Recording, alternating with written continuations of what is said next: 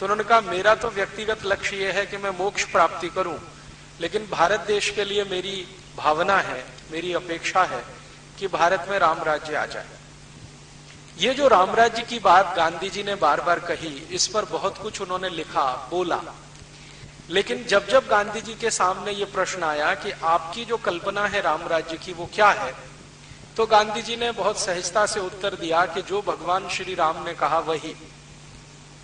अब भगवान श्री राम ने राम राज्य के बारे में, अपने राज्य के बारे में कहां कुछ कहा, इस दृष्टि से बहुत दिन में खोजता रहा और बहुत सारे राम कथा के जो विद्वान लोग हैं, मर्मज्ञ हैं, उनसे मिलता रहा कि भगवान श्री राम ने राम राज्य के बारे में क्या कहा है। ज्यादातर जगह मुझे निराशा हाथ लगी।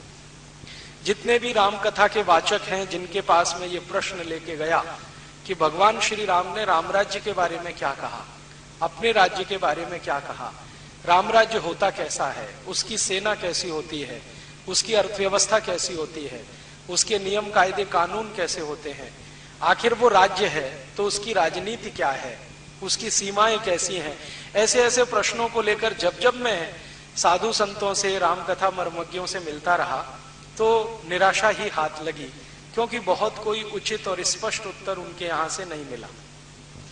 फिर कई जगह मुझे यह सुनने को मिला कि ये रामकथा तो अपनी भावना की चीज है, हम उसको कहते हैं, गाते हैं, हमें अच्छा लगता है, लेकिन इसमें से देश की किसी समस्या का समाधान निकलता है या भारत की सभी समस्याओं का समाधान निकलता है, ऐसा महात्मा गांधी मानते थे। उस दृष्टि से विचार किसी ने किया नहीं। फिर मैंने सोचा कि गांधी जी को फिर से पढ़ा जाए कि उन्होंने राम राज्य के बारे में कहीं तो कोई इशारा किया होगा।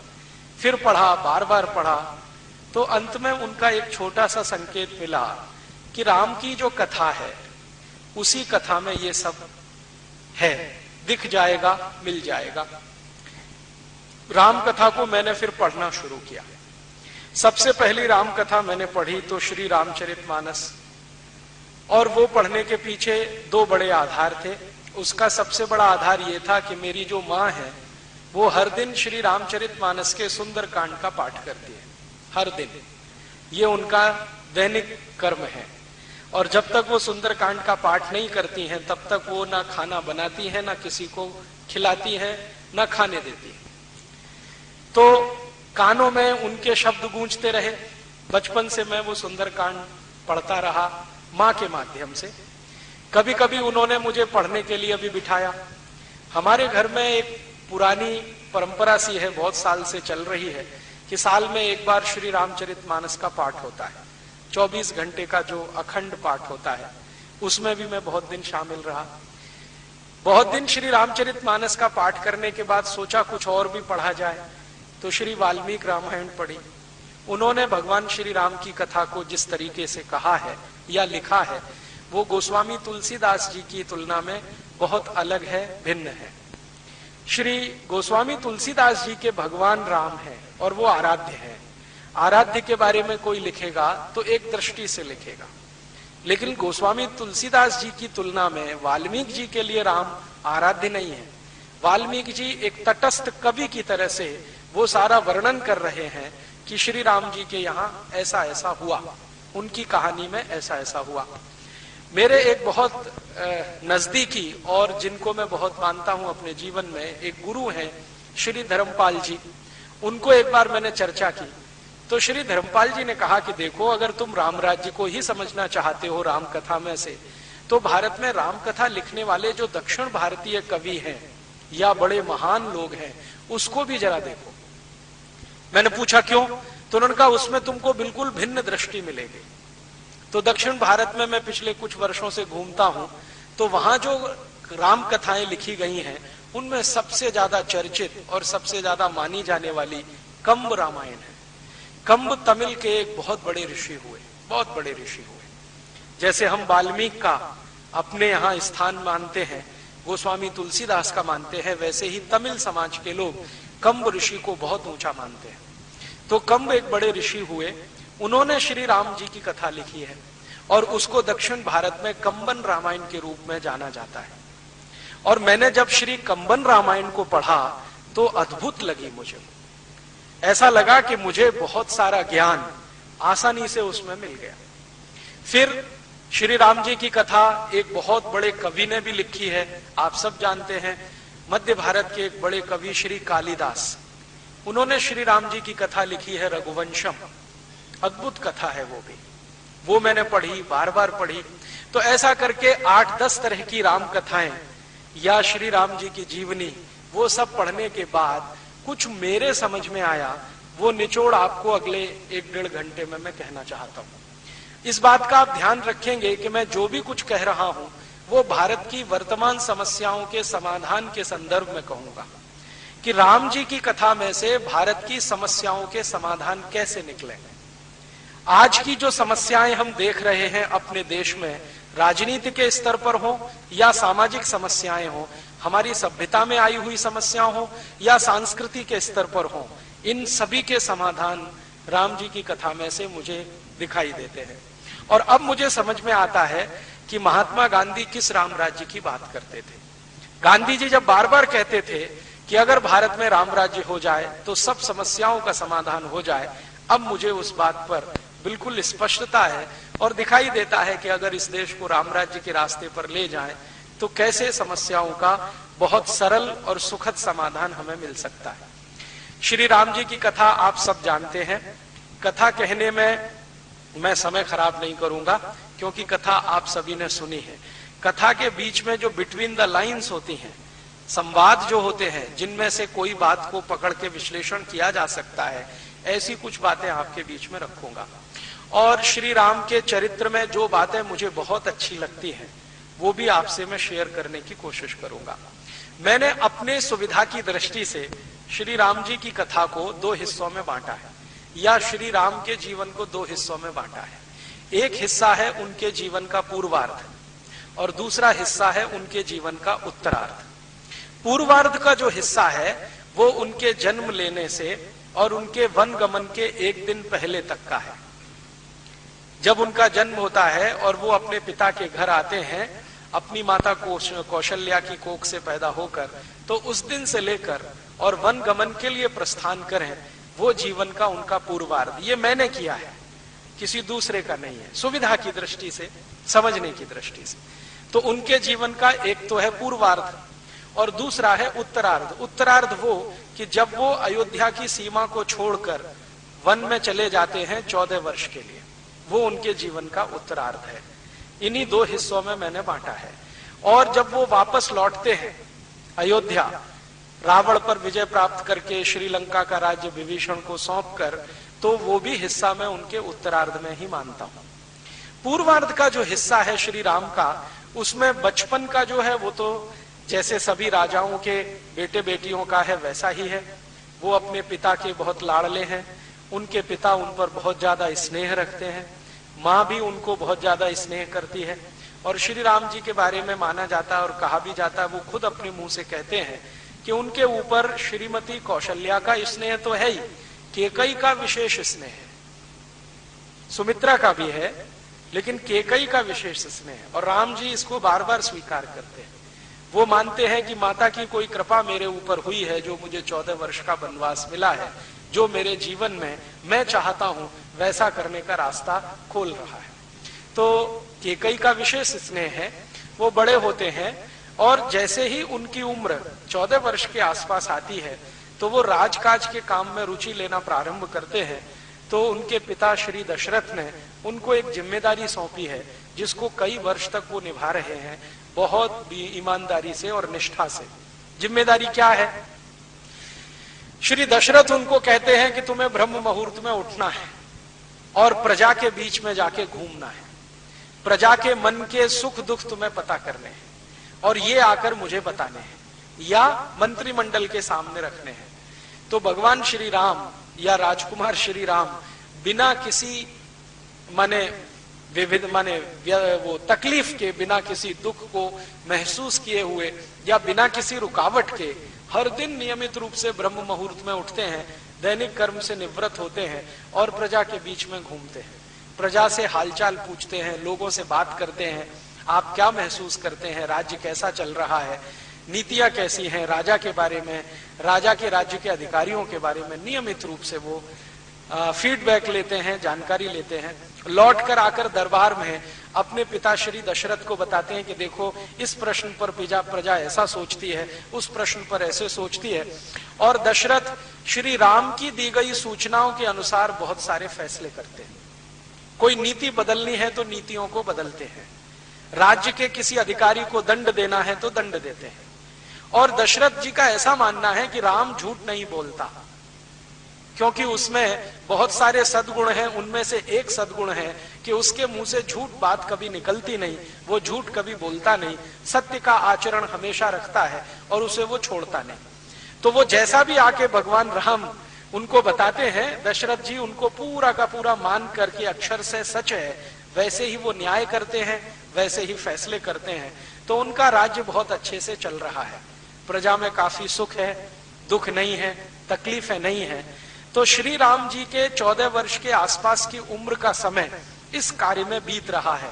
माने दशरथ जी के मन में ये अपेक्षा हो रही है कि एक दिन आकर ये अच्छे से गद्दी संभालेगा और ये अच्छा राजा सिद्ध होगा। और राम जी भी अपना कर्तव्य मानकर उसको नियमित रूप से कर रहे हैं।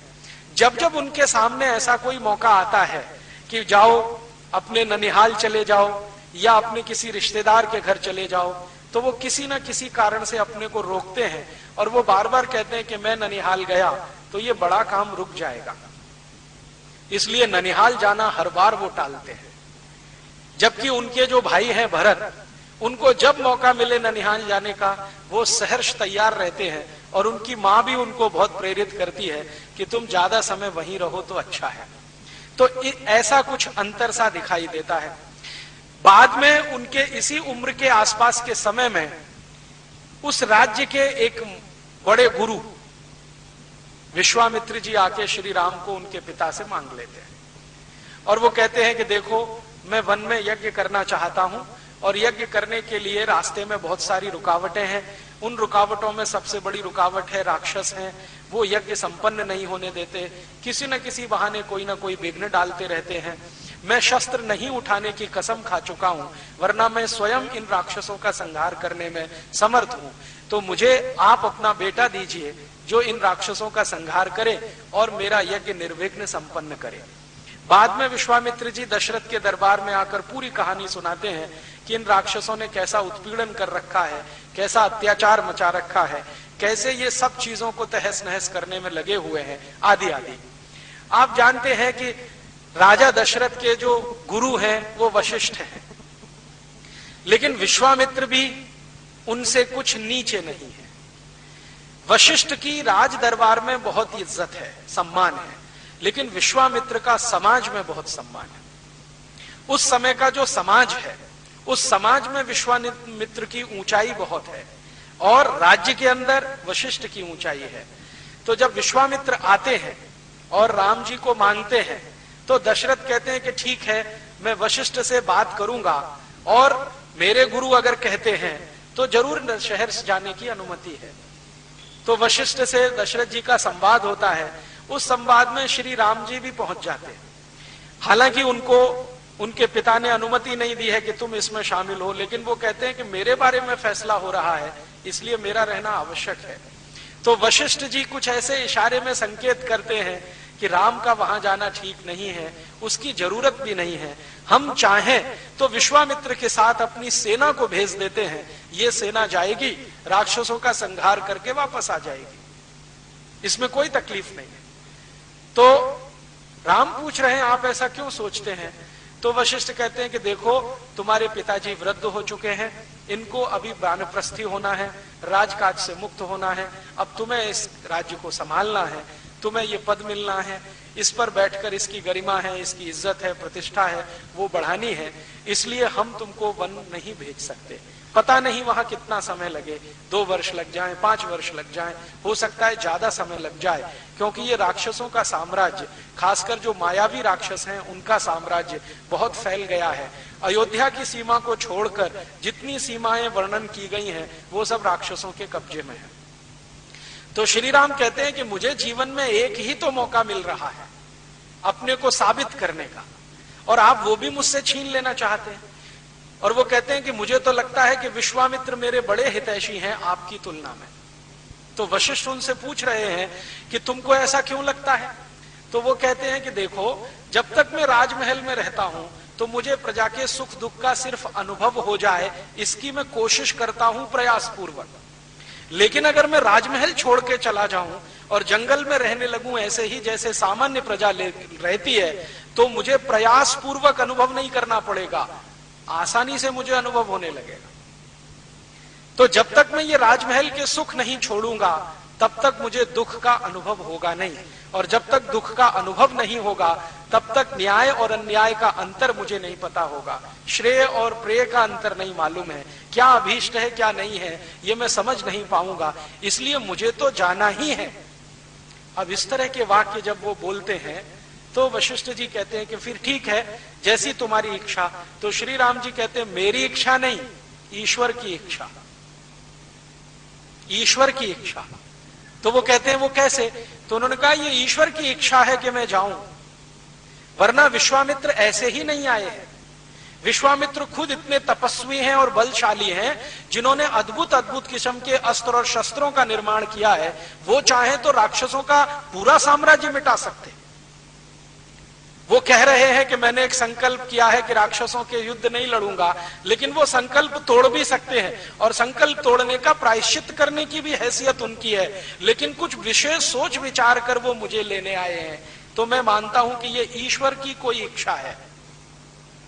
और वशिष्ठ को कहते हैं कि मैं तो बहुत आस्थावान हूं, ईश्वर के प्रति मेरा परम विश्वास है, और वो कहते हैं कि नियति निश्चित है, इसलिए मुझे लगता है कि ये वनगमन जाना ही है। तो वो निकलते हैं और अपने साथ अपने भाई लक्ष्मण को ले जाते हैं। पहले तो वो सोचते हैं मैं अकेला जाऊं, लेकिन लक्ष्मण उनको बहुत जिद करके तैयार करते, नहीं मैं भी आपके साथ चलूंगा। लक्ष्मण की जो मां है सुमित्रा, वो उनको बार बार ये सिखा रही है कि तुम्हें राम की छाया बन के रहना है, जीवन के किसी भी मोड़ पर उन्हें छोड़ना नहीं है, तुमको उनसे सीखना है, अपना इष्ट उनको बनाना है। तो सुमित्रा की शिक्षा, बाद में दशरथ का आशीर्वाद, दोनों मिलकर विश्वामित्र के साथ जाते हैं। अब विश्वामित्र के साथ जब वो जा रहे हैं तो सबसे महत्व की बात जो मुझे समझ में आती है वो ये कि जब उनको कहा उनके पिताश्री दशरथ ने कि देखो राक्षसों से युद्ध होगा, तुम अपने साथ सेना लेकर जाओ, तो श्री राम कहते हैं कि सेना लेकर गया तो क्या फायदा। तो कहते हैं अच्छा ठीक है, सेना लेके नहीं जा रहे हो तो अस्त्र शस्त्र लेकर जाओ। तो उन्होंने कहा अयोध्या के अस्त्र शस्त्रों से लड़ा तो क्या फायदा। फिर वो कह रहे हैं कि अच्छा ठीक है, ना तुम सेना ले जाना चाहते हो ना अस्त्र शस्त्र ले जाना चाहते हो, इस राज्य के कुछ बहादुर सैनिक हैं उनको अपने साथ ले जाओ। उन्होंने कहा नहीं, ये तो मैं धर्म युद्ध के लिए जा रहा हूं, न्याय युद्ध के लिए जा रहा हूं, इसलिए जहां जाऊंगा वहीं सेना बनाऊंगा, जहां जाऊंगा वहीं अस्त्र शस्त्रों का निर्माण करूंगा, जहां जाऊंगा वहीं संसाधन जुटाऊंगा। अब ये जो बात है श्री राम जी की, ये आज की बहुत सारी समस्याओं की तरफ इशारा करती है। श्री राम में लीडरशिप है, नेतृत्व करने की क्षमता है। लीडर वो होता है जो जहां जाए वहीं व्यवस्था बना ले। और आज के भारत की राजनीति में लीडर पैदा होना बंद हो गए हैं, अब मैनेजर पैदा होते हैं। मैनेजर माने वो जिसको सब कुछ दिया जाए तब कुछ करे। हमारे आज के नेता पता है क्या कहते हैं? टीए चाहिए, डीए चाहिए, एचआरए चाहिए, बेसिक सैलरी में इतने सारे इमोल्यूमेंट्स चाहिए, इतने करोड़ रुपए का खर्चा चाहिए, ऐसी गाड़ियां चाहिए, एसी फर्स्ट क्लास का पास चाहिए, हवाई जहाज की नियमित यात्राएं चाहिए, तब जाकर हम कुछ करेंगे। तो ये लीडर नहीं है, ये तो मैनेजर है। क्योंकि किसी कंपनी में हम मैनेजर को नियुक्त करते हैं तो उसके लिए सब सुविधाएं जुटा कर देते हैं। एक एसी चैम्बर होता है, गाड़ी होती है, टेलीफोन होता है, मोबाइल फोन होता है, सब कुछ होता है। सुविधाएं जुटाकर हम देते हैं, तब जो काम करता है वो मैनेजर होता है। और बिना सुविधाओं के काम करके जो बना लेता है वो लीडर होता है। तो श्री राम में लीडरशिप है, और उनको अपनी लीडरशिप पर इतना भरोसा है कि वो कह रहे हैं कि मैं वन में चला गया, आप परेशान मत हो, जो वन में रहने वाले लोग हैं उन्हीं के बीच से सेना खड़ी करूंगा। उनके पास जो संसाधन है उन्हीं संसाधनों से अपने काम चलाऊंगा। कभी मैं अयोध्या राज की सेना मांगने के लिए नहीं आऊंगा। हां, जरूरत पड़ेगी तो गुरु विश्वामित्र का निर्देश लेता रहूंगा और युद्ध नीति में उनसे कुछ सीखता रहूंगा, लेकिन मांगने तो नहीं आऊंगा। उनका अपना आत्मविश्वास इतने गजब का है। और वो लक्ष्मण को पूछते हैं, तुम्हें मंजूर है? हम बिना सेना के जा रहे हैं, बिना दास दासियों के जा रहे हैं, बिना संसाधनों के जा रहे हैं, हम अपना रथ भी लेके नहीं जा रहे हैं, रथ भी यहीं छोड़ेंगे। अयोध्या की सीमा खत्म हो जाएगी, उसके बाद रथ आगे नहीं जाएगा, पैदल ही जाना पड़ेगा। जैसे विश्वामित्र कहेंगे वैसे ही करना पड़ेगा। कंदमूल खाने पड़ेंगे, जंगलों में सोना पड़ेगा, पेड़ के नीचे कुटिया बनानी पड़ेगी। हो सकता है कि बहुत सारे कीड़े मकोड़े हमें परेशान करें, उनके बीच में सुरक्षित रहना पड़ेगा। तैयार हो? तो लक्ष्मण कहता है, इसमें पूछने की क्या बात है? तो वो कहते हैं, नहीं नहीं, अभी तक तुमने दुख देखा नहीं है, अभी तो राजमहल के सुख में तुम रहे हो। तो वो पूछ रहे हैं लक्ष्मण को कंबन रामायण में जो ऋषि है ना, उन्होंने राम के बराबर रखा है। मतलब लक्ष्मण बोलते हैं, रामचरितमानस में लक्ष्मण ज्यादा सुनते हैं, कंब रामायण में लक्ष्मण बोलते हैं और बराबर बोलते हैं। तो कंब रामायण में लक्ष्मण कह रहे हैं कि अच्छा, आपने कौन सा दुख देखा है इन महलों में? आपने अभी तक सुख ही सुख देखा है, तो मैंने भी देखा है। अब आप दुख झेलना शुरू करेंगे, मैं भी सीख लूंगा, इसमें कोई मुश्किल नहीं है, चलो। तो दोनों निकलते हैं विश्वामित्र के साथ। विश्वामित्र के साथ रास्ते भर जो संवाद उनका चला है, अद्भुत है, बहुत ही अद्भुत है। विश्वामित्र राम को बहुत सारे प्रश्न करते हैं और उन प्रश्नों के जो वो उत्तर देते हैं तो विश्वामित्र गदगद होते हैं।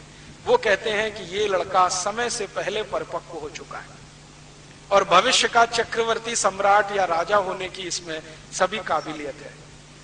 तो ऐसे बहुत सारे प्रश्न हैं जो विश्वामित्र और राम के संवाद के रूप में है। तो विश्वामित्र पहला प्रश्न पूछ रहे, राम तुम्हें मालूम है हम कहां जा रहे हैं? तो हाँ, वन में जा रहे हैं, कहीं आपकी कुटिया बनी हुई है, वहां राक्षस बहुत उत्पात मचा रहे हैं, वो आपको यज्ञ नहीं करने दे रहे हैं और आपको यज्ञ करना है, क्योंकि ये यज्ञ आप अपने लिए नहीं कर रहे हैं, समाज के लिए कर रहे हैं, समाज को सुख मिले इसके लिए यज्ञ कर रहे हैं। तो मैं भी समाज का एक अंग हूं, आपके यज्ञ में निर्विघ्नता आए, वो संपन्न हो, ऐसी मेरी इच्छा है, उसमें सहयोग करने जा रहा हूं। तो वो पूछ रहे हैं विश्वामित्र कि तुम जहां जा रहे हो वहां किस तरह के राक्षस रहते हैं, अंदाजा है? तो उन्होंने कहा, अंदाजा तो नहीं है, लेकिन देख लूंगा, पता चल जाएगा कितने मजबूत हैं, कितने ताकतवर हैं, उनकी शक्ति कितनी है, मेरी शक्ति कितनी है। तो फिर वो कह रहे हैं कि सेना तो लिया नहीं है हमने, राजा दशरथ तो तैयार थे सेना देने के लिए, पैसा भी लिया नहीं है हमने, दास दासियां लिया नहीं है हमने, मैनेजर लिए नहीं है, तुम्हारे सहयोगी है नहीं, तुम्हारे पास अपना तीर कमान है, धनुष है, लक्ष्मण के पास इतना है, अब क्या करेंगे वहां? तो श्री राम कहते हैं एक वाक्य, वो कहते हैं कि हम जन सेना बनाएंगे। राजा दशरथ की सेना तो दूसरे तरह की है, हम तो दूसरे तरह की सेना बनाएंगे। तो विश्वामित्र जिज्ञासा से पूछते हैं, तुम्हारा क्या मानना है, राजा दशरथ की सेना कैसी है? तो वो कहते हैं, राजा दशरथ की सेना में जितने भी सैनिक हैं वो सब वेतन पर काम करने वाले हैं। तो इनकी जो देशभक्ति है या स्वामी भक्ति है वो वेतन से जुड़ी हुई है। जब तक इनको समय से वेतन मिलता रहता है, इनके मन में देशभक्ति प्रज्वलित रहती है। जो एक महीने भी इनका वेतन ना मिले तो ये सब बिखर जाते हैं, इनमें दम नहीं है। इनकी ताकत से राक्षस राज्य का सफाया नहीं होता। तो फिर विश्वामित्र पूछ रहे हैं, तुम्हें शक है कोई? हाँ, राम कह रहे हैं, बहुत बड़ा शक है। अगर राक्षसों का कोई राजा इनके पास आए और हमसे ज्यादा सैलरी और पगार ऑफर कर दे तो ये तो सब चले जाएंगे उनके पास, इन पे भरोसा नहीं है मुझे। तो उन्होंने कहा, तुम ऐसा किस आधार पर कहते हो? तो उन्होंने कहा, मैं रोज यही देखता हूं अपने राज्य माने अयोध्या में, मैं रोज सुबह ब्रह्म मुहूर्त में निकलता हूं, सैनिकों के घर में भी जाता हूं, सेना प्रमुख के यहां भी जाके बैठता हूं, उनसे जो संवाद होते हैं उससे मेरे समझ में आता है कि ये पैसे के लिए लड़ने वाले हैं, इनकी ताकत नहीं है। इसलिए मैं तो ऐसे सैनिक तैयार करूंगा जो अपने सम्मान और इज्जत के लिए लड़ेंगे, अपने अस्तित्व के लिए लड़ेंगे, उनकी ताकत इनसे कई गुनी ज्यादा होगी। तो विश्वामित्र पूछ रहे हैं कि जरा और स्पष्ट करो। तो वो कह रहे हैं कि देखो, जंगलों में कोई लोग तो रहते हैं। तो विश्वामित्र से पूछ रहे हैं, बताओ कौन तरह के लोग रहते हैं। तो विश्वामित्र भारत के उन जनजातियों के नाम गिना रहे हैं उनको जो जंगलों में निवास करती हैं। जैसे गोंड जनजाति है, भील जनजाति है, कोल जनजाति है। ऐसी 4556 जनजातियां हैं जो शहरों में रहती, नगरों में नहीं रहती। आज दुर्भाग्य से हम उन सबको आदिवासी कहते हैं, राम जनजाति के रूप में संबोधित करते हैं। तो राम कह रहे हैं कि ये जो 4556 किस्म की जनजातियां हैं, इनका राक्षसों से क्या लेना देना है। तो विश्वामित्र समझाते हैं कि राक्षस इन्हीं को परेशान करते हैं, इनके घर लूट लेते हैं, इनकी संपत्ति लूट लेते हैं, इनके घर की बेटियों को ले जाते हैं, इनकी पत्नियों का शील हरण कर देते हैं, उनकी बेइज्जती करते हैं, उनका सम्मान खत्म कर देते हैं और घरों में आग लगा देते हैं। इनके घरों से पकड़े हुए लोगों को दास बनाकर कहीं बेच देते हैं। राक्षस इस किस्म के लोग हैं। तो राम कहते हैं कि बस मेरा समाधान हो गया। विश्वामित्र पूछते हैं क्या? तो कहते हैं मैं इन्हीं के बीच में जाऊंगा, चूंकि राक्षस इनको परेशान कर रहे हैं, चूंकि ये राक्षसों से पीड़ित हैं, चूंकि उनसे बहुत साल से शोषित हैं, चूंकि इनके सम्मान को राक्षसों ने बार बार तोड़ा है, इसलिए इनके मन में चिंगारी थोड़ी सी सुलगाऊंगा, ये बहुत बड़े सैनिक बन जाएंगे। तो विश्वामित्र कहते हैं कि राम, ये तो सब साधारण लोग हैं। कैसे लोग हैं? राम पूछ रहे हैं, मैंने तो देखा नहीं है। तो वो राम जी को समझा रहे हैं विश्वामित्र के, देखो इन जनजातियों में कुछ जनजातियां ऐसी हैं जो लोहे के औजार बनाती हैं, माने लोहारी का काम करती है। तो राम ने कहा तब तो बहुत अच्छा है, जो लोहारी जानते हैं वो अस्त्र शस्त्र भी बना सकते हैं। जिनको रॉ मटेरियल पीटना आता है, कच्चे लोहे को पीटना आता है, वो शस्त्रों का निर्माण भी कर लेंगे, अस्त्रों का भी निर्माण कर लेंगे। अब बताओ दूसरे कौन है? तो उन्होंने कहा दूसरी वो जनजातियां हैं जो कुम्हारी का काम करती हैं। तो उनका फिर तो और काम बन गया मेरा। तीसरी जनजातियां बैलगाड़ी बनाने का काम करती हैं। चौथी जनजातियां बांस का काम करती हैं। तो श्री राम जी कहते हैं कि ये जितने तरह की जनजातियां हैं, चूंकि सब कुछ ना कुछ काम करते हैं, इसलिए मेरी सेना इन्हीं से बनेगी। अब ये सेना युद्ध कैसे करेगी? तो श्री राम जी कहते हैं कि ये हर समय युद्ध नहीं करेगी। ये सेना के सैनिक हर समय अपना काम करेंगे, जब युद्ध का समय आएगा तो काम छोड़कर मैदान में लड़ेंगे। तो विश्वामित्र कहते हैं कि तब तो इनको विशेष प्रशिक्षण देना पड़ेगा। तो राम ने कहा उसकी जिम्मेदारी मैं लेता हूं, इनको विशेष प्रशिक्षण देना है वो मेरी जिम्मेदारी है।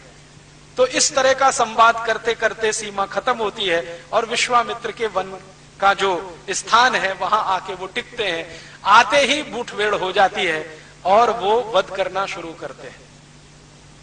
आप जानते हैं कि जो सबसे बड़ी राक्षसनी का वध किया है वो ताड़का है, और उस ताड़का का वध करने में उनको सब समझ में आ जाता है कि ये राक्षसों की राज्य व्यवस्था कैसी है, इनकी नीतियां कैसी हैं, न्याय कैसे हैं, कानून कैसे हैं, आदि आदि। तो राम और लक्ष्मण एक दूसरे से संवाद करते हैं कि हम कुछ भी करेंगे, इन राक्षसों का सफाया करेंगे, क्योंकि ये धर्म के विरुद्ध है, न्याय के विरुद्ध है। तो लक्ष्मण जी पूछते हैं, भैया ये न्याय क्या होता है, अन्याय क्या होता है? तो जो सुंदर परिभाषा उन्होंने दी है वो आज 5,13,000 साल के बाद भी उतनी ही सुंदर है। राम जी कह रहे हैं कि देखो, जब कोई अपने स्वार्थ को छोड़कर स्वार्थ के लिए लड़ता है वो सब अन्याय होता है। ये है राम की परिभाषा। जो व्यक्ति स्वार्थ को छोड़कर परमार्थ के लिए लड़ता है, दूसरों की इज्जत बढ़ाने के लिए लड़ता है, दूसरों का सम्मान बढ़ाने के लिए लड़ता है, दूसरों की रोजी रोटी बचाने के लिए लड़ता है, वो सबसे बड़ा न्यायी है। और जो दूसरों की परवाह ही नहीं करता, सिर्फ अपने ही स्वार्थ में डूबा रहता है, राम कहते हैं उससे ज्यादा अन्यायी दूसरा कोई नहीं है। आज की समय में देख लें, ये परिभाषा बिल्कुल सटीक बैठती है। आज कलयुग आ गया है, राम जी का युग तो चला गया है। 5,13,000 साल से कुछ ज्यादा समय बीत गया है। आज भी यही दिखाई दे रहा है इस समाज में कि जो अपना स्वार्थ छोड़कर समाज के लिए, सामाजिक लोगों के लिए काम करे, वही महात्मा गांधी होता है, वही लोकमान्य तिलक होता है, वही भगत सिंह, उधम सिंह होता है। और उन्हीं के सामने हम अपना सिर झुकाते हैं। और जो सब कुछ परमार्थ छोड़कर स्वार्थ में डूबा रहता है, वो भले ही हजारों करोड़ लोगों को या हजारों करोड़ की संपत्ति का मालिक हो, समाज उसको भूल जाता है, 10 दिन भी याद नहीं करता। हजारों करोड़ की संपत्ति के मालिकों का स्वर्गवास होता है। मैं पिछले 20 साल से, जब से मेरी समझ बनी है, देख रहा हूं 10 दिन के बाद 11वें दिन कोई याद नहीं करता। फिर उनको याद कराने के लिए अखबार में कुछ करोड़ रुपए के विज्ञापन देने पड़ते हैं कि हाँ, हमारे सेठ जी का आज स्वर्गवास हुआ था, हम उनको याद कर रहे हैं। माने करोड़ों रुपए का विज्ञापन खर्च कर रहे हैं। समाज उनको याद नहीं करता है। महात्मा गांधी को याद करने के लिए कोई विज्ञापन नहीं देना पड़ता है। भगत सिंह को याद करने के लिए कोई विज्ञापन नहीं लगता, उधम सिंह को याद करने के लिए विज्ञापन नहीं लगता। तो राम जी बनाकर गए, ये परिभाषा हमारी नहीं है कि जो दूसरों के लिए लड़ रहा है, उनके संघर्ष में है, तो वो तो न्याय के रास्ते पर है। जो अपने स्वार्थ के लिए है, वो तो अन्याय के रास्ते पर है। तब वो बात चल रही है कि ये जो रावण है वो किस रास्ते पर है? तो राम कह रहे हैं निश्चित रूप से अन्याय के रास्ते पर है। रावण अपने लिए लड़ रहा है, अपनी जाति के लिए लड़ रहा है, इसके आगे कुछ नहीं, तो वो तो अन्याय के रास्ते पर है। ये राक्षस सब अन्याय के रास्ते पर हैं। हम न्याय के रास्ते पर इसलिए हैं कि हम अपने स्वार्थ को छोड़कर अयोध्या से यहां आए हैं, और यहां आने के बाद हम जीतेंगे इस युद्ध को, ये मेरा विश्वास है। लेकिन अपना राज्य कायम नहीं करेंगे, ये पूरा राज्य इन्हीं को सौंपकर हम चुपचाप यहां से निकल जाएंगे। तो लक्ष्मण कहते हैं, अरे मैं तो ये सोच के बैठा था कि ये पूरा किष्किंधा का राज्य हमारा होने वाला है। ये जो किष्किंधा है ना, वन का एक बड़ा क्षेत्र है, जिसका राजा काफी दिनों तक बाली रहा है, उसके बाली के बाद सुग्रीव रहा है, और बाली के पहले रावण वहां का राजा है, माने रावण के क्षेत्र का है। तो वो कह रहे हैं, लक्ष्मण मैं तो ये सोच के आया था कि हम इस राज्य को जीत लेंगे, राक्षसों से मुक्त कर लेंगे, ये तो हमारे अयोध्या का अंग बनेगा। तो कहते हैं, लक्ष्मण तुम भी अन्याय के रास्ते पर जाना चाहते हो? तो लक्ष्मण कह रहे हैं कि हमारे भारत में तो चक्रवर्ती सम्राट वही होता है जो दूसरों के राज्य को जीत लेता है। तो राम कहते हैं कि मैं चक्रवर्तित्व की परिभाषा बदलना चाहता हूं और एक नई परिभाषा गढ़ना चाहता हूं। अब आप जरा देखिए इस बात को। राम के पहले उनके वंश में जितने भी महान राजा हुए, रघु हुए, दिलीप हुए, अज हुए, इन सभी ने चक्रवर्तित्व की परिभाषा बनाई है क्या? कि किसी राज्य के लिए अगर वो लड़े, जीत लिया, तो राज्य उनके अधीन आया, राज ने उनकी मातहती की। और इस तरह से रघु चक्रवर्ती हुए, अज चक्रवर्ती हुए, दिलीप चक्रवर्ती हुए, ये सब दशरथ के पूर्वज हैं, दशरथ के पिता पितामह ये सब हैं। राम कहते हैं कि मैं अपने कुल में चक्रवर्तित्व की परिभाषा बदलना चाहता हूं और आज से नई परिभाषा गढ़ना चाहता हूं कि हम राज्यों को जीतेंगे लेकिन अपने राज्य का अंग नहीं बनाएंगे। इसी राज्य में से किसी को निकालकर उसको राजा बनाकर हम वापस अपने घर चले जाएंगे। तो लक्ष्मण कह रहे हैं कि भैया इनमें तो हैसियत नहीं है राजा होने की। तो कह रहे हैं कि हम हैसियत पैदा करेंगे। ये तो ठीक है कि इनमें हैसियत नहीं है, लेकिन हम हैसियत पैदा करेंगे, इनको ट्रेनिंग देंगे, विचार की ट्रेनिंग, विचार का प्रशिक्षण, अस्त्र शस्त्र का प्रशिक्षण, राजनीति का प्रशिक्षण, ये सब हम देंगे तो ये राज्य भी चलाने के काबिल हो जाएंगे। तो लक्ष्मण पूछ रहे हैं कि फिर ये कौन सा तंत्र बनेगा? तो राम कह रहे हैं ये गणतंत्र बनेगा, यही प्रजातंत्र बनेगा। मुझे अब समझ में आता है कि प्रजातंत्र के मूल शायद श्री राम ही है। उनके पहले इस देश में प्रजातंत्र कहीं नहीं है। प्रजातंत्र में आज जो परिभाषा चलती है ना, लोगों का शासन, लोगों के लिए, लोगों के द्वारा, और राम जी ने तो यही सिद्ध कर दिया। वन में गए हैं और छोटे छोटे राज्य जो राक्षसों के कब्जे में हैं उनको मुक्त कराया है, संहार किया है रावण के सहयोगी राक्षसों का, और अच्छे तरीके से किया है, जड़मूल से खत्म कर दिया है, लेकिन किसी भी राज्य को अयोध्या में नहीं मिलाया है। हर स्थानीय, गोंड जाति के किसी एक स्थानीय व्यक्ति को राजा बना दिया, भील जाति के किसी स्थानीय व्यक्ति को राजा बना दिया, कोल जाति के किसी स्थानीय व्यक्ति को राजा बना दिया, तो गोंडों का राज्य स्थापित करा दिया, भीलों का राज्य स्थापित करा दिया, कोलों का राज्य स्थापित करा दिया, और वो राज्य हजारों साल तक इस देश में चलता आया, हजारों साल तक। अगर आप गोंड जनजाति के लोगों के बीच में जाकर, कोल जनजाति के लोगों के बीच में जाकर, या भील जनजाति के लोगों के बीच में जाकर संवाद करें, तो वो कहते हैं ये राज्य तो राम का दिया हुआ है। मैं पिछले 4-5 वर्षों में मध्य और दक्षिण भारत में रहने वाली ये जो जनजातियां हैं, गोंड जनजाति सबसे ज्यादा मध्य भारत में है। ये जो मध्य प्रदेश का हिस्सा है, थोड़ा महाराष्ट्र का और बहुत बड़ा आंध्र प्रदेश का, यहां पर गोंड जनजातियों के लोग रहते हैं। कोल जनजाति थोड़ा उससे नीचे है और भील काफी बड़े इलाके में। इन तीनों जनजातियों के प्रमुखों के बीच में जाकर कई कई दिन रहा हूं और उनकी रामकथा सुनी है। वो हर बार रामकथा की शुरुआत ही कहते हैं, हे भगवान श्री राम, ये राज्य आपका दिया हुआ है, हम तो आपके सेवक हैं। और जब कंब रामायण मैंने पढ़ा तो बिल्कुल बात समझ में आई। वो लक्ष्मण को कह रहे हैं कि राज्य हम जीतेंगे, देंगे इनको वापस, राजा इन्हीं का होगा, हमारा कोई व्यक्ति यहां राजा बन के नहीं बैठेगा। तो राक्षसों से, रावणों से राज्य छीनकर भीलों को, कोलों को और दूसरी जनजातियों को राजा बनाते चले जाना, ये राम ने चक्रवर्तित्व की नई परिभाषा दी है। और इसलिए शायद वो आदर्श और मर्यादा पुरुषोत्तम माने गए। हमारे यहां इसके पहले कभी ऐसा हुआ नहीं। श्री राम जी के पहले का जो भी इतिहास भारत का पढ़ाता रहा है, या जिसको भी थोड़ी समझ है, वो ये है कि जिस भी राजा ने दूसरे को जीत लिया, अपने मातहत उसने कर लिया। लेकिन श्री राम कहते हैं कि जीता और उन्हीं में से किसी को राजा बनाया।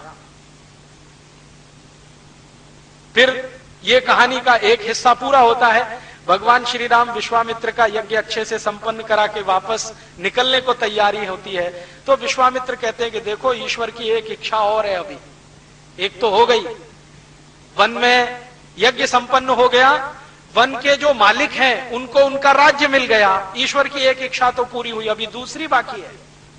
राम पूछते हैं वो क्या? कि तुम्हारा विवाह, वो भी ईश्वर की इच्छा से ही निश्चित है।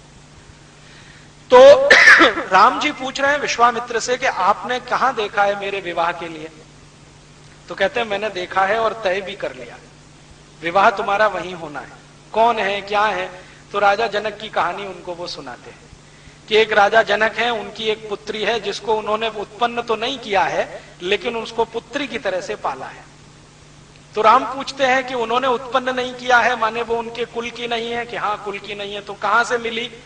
तो कहते हैं खेत में मिली है, मिट्टी में मिली है, खेत में मिली है। तो उसके कुल का पता नहीं है, किस कुल की है, कौन उसका असली पिता है, कौन उसकी असली माता है, पता नहीं है, खानदान का मालूम नहीं, कुल का मालूम नहीं, और तुम्हारा विवाह वहीं होना है।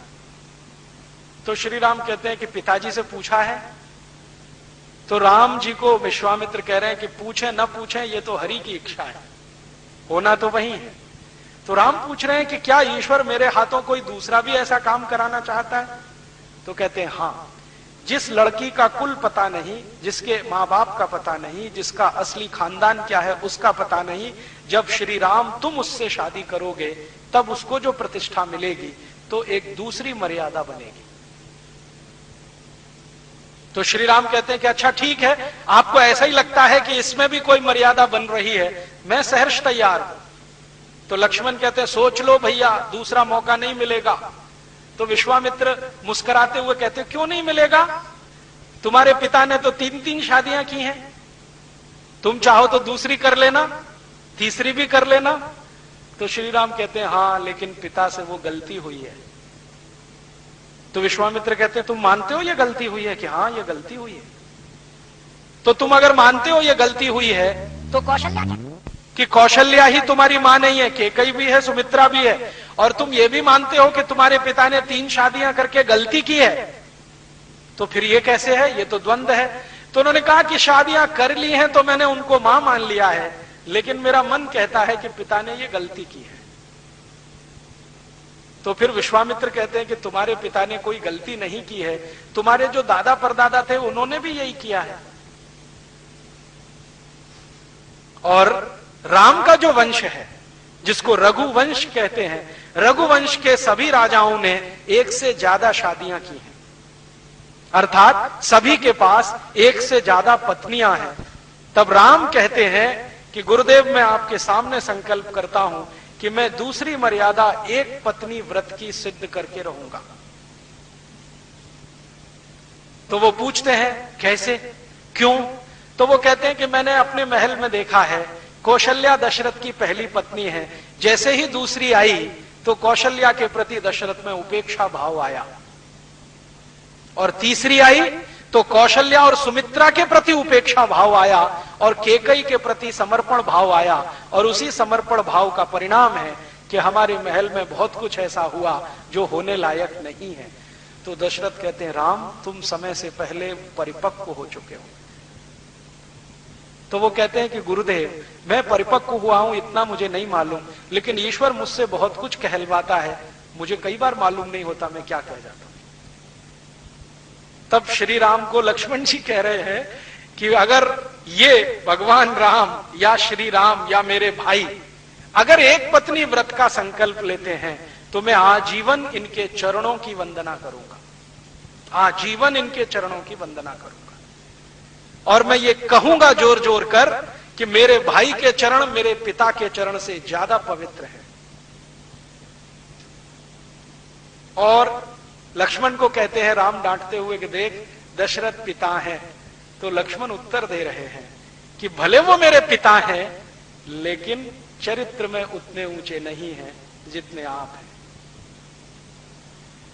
और लक्ष्मण कह रहे हैं कि कोई कितना भी महान राजा हो, कोई कितना ही महान सेनापति हो, कोई कितना ही महान करोड़पति हो, कोई कितना ही महान विद्वान हो, अगर उसका चरित्र नहीं है तो वो कुछ भी नहीं है। तो राम को वो कह रहे हैं कि भारत की भारतीयता तो चरित्र पर जाती है, बाकी सब चीजें गौड़ हो जाती हैं। मैं देख रहा हूं कि अगर आप एक पत्नी व्रत का संकल्प ले रहे हैं तो आप चरित्र की किसी ऊंचाई की स्थापना करने जा रहे हैं, इसलिए आज से मैं आपके चरण की वंदना करने का संकल्प लेता हूं। तो विश्वामित्र को कहते हैं कि पिताजी के पास संदेश भेज दीजिए, आप जहां कहते हैं मैं विवाह करने को तैयार हूं। विश्वामित्र कहते हैं एक बार देख तो लो सीता को। तो राम कहते हैं देखना क्या है, तय हो गया है ना कि वो बिना किसी कुल की है, उसका कोई खानदान नहीं है, उसके पिता का पता नहीं, माता का पता नहीं, जनक ने उसको पाला है लेकिन उसके असली माँ बाप का पता नहीं है। मेरी धर्मपत्नी बनेगी, भार्या बनेगी तो सब कुछ उसका स्थिति स्पष्ट हो जाएगी। मैं मानता हूं कि समाज के लिए कोई आदर्श ही बनेगा। तो विश्वामित्र कहते हैं तुम्हारे पिता को अगर सूचना मिलेगी तो ये विवाह नहीं होने देंगे। क्यों? तो कहते हैं जनक से उनकी पुरानी दुश्मनी है, और आप जानते हैं दशरथ और जनक में दुश्मनी है, और एक दिन की नहीं है, कई पीढ़ियों की है। तो राम कहते हैं तब तो और अच्छा है, ये दुश्मनी का अध्याय ही खत्म हो जाएगा, दोस्ती शुरू हो जाएगी। तो कह रहे हैं तुम्हें ऐसा क्यों लगता है दुश्मनी खत्म कर लेनी चाहिए? तो कहते हैं रावण का संहार करना है तो राजा जनक भी चाहिए, दशरथ भी चाहिए, और बाकी सब चाहिए। और रावण का अकेले का संहार नहीं करना है, उसकी प्रशासनिक व्यवस्था, उसकी राजनीति का संहार करना है, क्योंकि वो स्वार्थ आधारित है। हमें परमार्थ आधारित राजनीति की स्थापना करनी है। तो श्री विश्वामित्र कहते हैं चलो भाई, अब जैसी तुम्हारी इच्छा, तुम्हारे पिता को बिना बताए चलते हैं। अब पहुंच जाते हैं राजा जनक के दरबार में। राजा जनक ने कहा है कि भाई मेरी पुत्री का विवाह मैं तय नहीं करूंगा, मेरी पुत्री तय करेगी। और क्यों करेगी? क्योंकि वो स्वयं वरा है, अपने वर को स्वयं चुनेगी। क्यों चुनेगी? तो राजा जनक कहते हैं कि उसमें बहुत सारे सद्गुण हैं, और उन्हीं सद्गुणों के आधार पर मैं कहता हूं कि वो स्वयं वरा है, मैं तय नहीं करूंगा। तो ठीक है, राजा जनक को कहते हैं विश्वामित्र के आप तय कर लो, आपकी पुत्री को पूछ लो। तो वो जो धनुष की कहानी है वो सीता जी की कहानी है। असल में कंब रामायण में सीता जी ने कहा है कि ठीक है, ये जो बड़ा धनुष रखा है जो तोड़ दे मैं तय कर लूंगी। तो बड़े बड़े राजा महाराजा आए हैं, कोई तोड़ पाया नहीं है, और राम जी ने जाके उसको तोड़ दिया है। तो सीता जी ने उनको अपना पति मान लिया है। अब वो सीता जी को लेके घर वापस आते हैं तो दशरथ बहुत परेशान हो जाते हैं कि बिना मुझे बताए इस तरह से विवाह हुआ है। तो राम कहते हैं जो कुछ हुआ है ईश्वर की इच्छा से हुआ है, उसमें ना आपकी चलेगी ना मेरी चलेगी, अभी जो ईश्वर की इच्छा है वही करना है। और फिर थोड़े दिन उनका समय बीतता है और उसके बाद अचानक से वो घटना घटित होती है कि कैकेयी दशरथ से कहती है कि अब मुझे वो वर मांगने का समय आया जो कभी आपने तय किया था, मेरा पुत्र गद्दी का अधिकारी बने, ये मेरी अभीष्ट इच्छा है। अब आप इसके लिए राम को वन भेजो और मेरे वो भरत को गद्दी दिलाओ। तो दशरथ तो परेशान होते हैं, लेकिन राम को जब पता चलता है तो सहर्ष स्वीकार करते हैं और वो फिर दशरथ से कहते हैं कि इसमें भी ईश्वर की कोई इच्छा है। माने हर बार राम जी ईश्वर के प्रति अपनी भक्ति ऐसे दिखाते हैं। आस्थावान व्यक्ति कैसा होता है? जो हर चीज में ईश्वर की इच्छा को देख लेता है। लक्ष्मण को बहुत गलत लगता है, लक्ष्मण विद्रोह करने के लिए तैयार है, अपने बाप के खिलाफ बगावत करने के लिए तैयार है। ऐसा कैसे हो सकता है? आपका अधिकार है, आप सबसे बड़े हैं, गद्दी पर आपको ही बैठना है, राज्य आपको चलाना है, नीतियां आपको आती हैं, न्याय अन्याय आप समझते हैं। भरत को तो कुछ समझ भी नहीं है, वो जिंदगी भर ननिहाल में रहा है, सुखों ही सुखों में पला है, उसने दुख कभी देखा नहीं है। आपने तो दुख का भी अनुभव किया है, मैंने थोड़ा किया है, आपने ज्यादा किया, इसलिए राजा बनने के अधिकारी तो आप ही हैं। तो राम कहते नहीं, अभी राजा बनकर अगर मैं यहां बैठ गया तो इससे भी बड़े कुछ काम होने वाले हैं, वो नहीं होने, इसलिए वन गमन तो जाना है। तो वन गमन जाने का तय होता है और फिर उनके साथ उनकी भार्या धर्मपत्नी सीता और फिर लक्ष्मण भी जाते हैं और वही कहानी फिर दोहराई जाती है। राजा दशरथ कह रहे हैं कि तुम वन जा रहे हो तो दास दासियों को लेके जाओ। राम कहते हैं नहीं। तुम वन जा रहे हो तो घोड़े हाथी लेके जाओ, नहीं। तुम वन जा रहे हो तो धन संपत्ति लेके जाओ, नहीं। तुम वन जा रहे हो तो अस्त्र शस्त्र लेके जाओ, नहीं। मैं जहां जाऊंगा वहीं सेना बनाऊंगा, वहीं के संसाधनों से रहूंगा। मुझे एक साधारण व्यक्ति का जीवन बिताना है और मैं जब साधारण व्यक्तियों के बीच में साधारण बनकर रहूंगा तो उनमें ज्यादा प्रेरणा पैदा होगी और शायद वो अपना लक्ष्य हासिल कर सकेंगे। एक राजा की हैसियत से जाऊंगा तो मेरे और उनके बीच में दूरी रहेगी। ये दूरी अगर पट नहीं पाई तो जो हासिल करना है वो मिलेगा नहीं। और 14 वर्ष का जो उनका वनवास है वो सब आप जानते हैं। जगह जगह जाना, कंदमूल खाना, वहीं कुटिया बना के रहना, वहीं के संसाधनों से जीवन चलाना, सुख में रहना, दुख में रहना, अलग अलग तरीके से जीवन बिताते हुए, राक्षसों का संहार करते हुए और जनजातियों का राज्य स्थापित कराते हुए वो अंत में पहुंचते हैं जब उनकी पत्नी का अपहरण होता है, रावण उठा के ले जाता है, फिर युद्ध का नाद होता है और युद्ध होता है। युद्ध में राम विजयी होते हैं, रावण हारता है। रावण हारता है तो उसके बाद विभीषण को राजा बनाते हैं। तो विभीषण खुद हैरान है कि ये मुझे राजा बना रहे हैं। वो अब तक सोच के बैठा था कि राम राजा बनेंगे। तो राम कह रहे हैं कि मेरी आज तक की परंपरा नहीं है, जिस राज्य को जीता वहां मैं राजा बना, ये हुआ नहीं, मैंने उसी राज्य के नागरिकों को राजा बनाया। तब विभीषण पूछ लेते हैं, मुझे एक जिज्ञासा है, क्या है कि आपने बाली का संहार किया था और सुग्रीव को राजा बनाया था। आपके यहां अन्याय तो नहीं है, अधर्म भी नहीं है, तो ये वाली का बद न्याय था। तो राम पूछ रहे हैं, इतने दिन बाद क्यों पूछ रहे हो तुम? अभी तो सब कहानी खत्म हो गई। तो वो कह रहे हैं कि अभी तक हिम्मत नहीं पड़ी पूछने की। क्यों नहीं पड़ी? तो वो कह रहे हैं कि सुग्रीव आपका सहयोगी है और उसके सामने मैं ये पूछूं तो मुश्किल हो जाएगी। हो सकता है आपके और सुग्रीव के बीच में मनभेद हो जाए, मतभेद हो जाए। हमारा लक्ष्य रावण को खत्म करना था, वो आपको पहले पूरा करना था, अब प्रश्न पूछ रहा हूं। तो राम कहते हैं कि देखो, बाली अधर्मी ही था, धर्मी नहीं था। कैसे अधर्मी था? तब वो सुग्रीव को कहते हैं कि कहानी सुनाओ बाली की, क्या क्या किया था उसने तुम्हारे साथ। तो सुग्रीव कहता है कि मैं और बाली दोनों सगे भाई थे और बाली हर समय मेरा अपमान करता था, बार बार मेरी पत्नी का अपमान करता था। मेरा और मेरी पत्नी का अपमान करना इतना ही नहीं, राज्य के विद्वानों की पत्नियों का और पतियों का भी अपमान करता रहता था।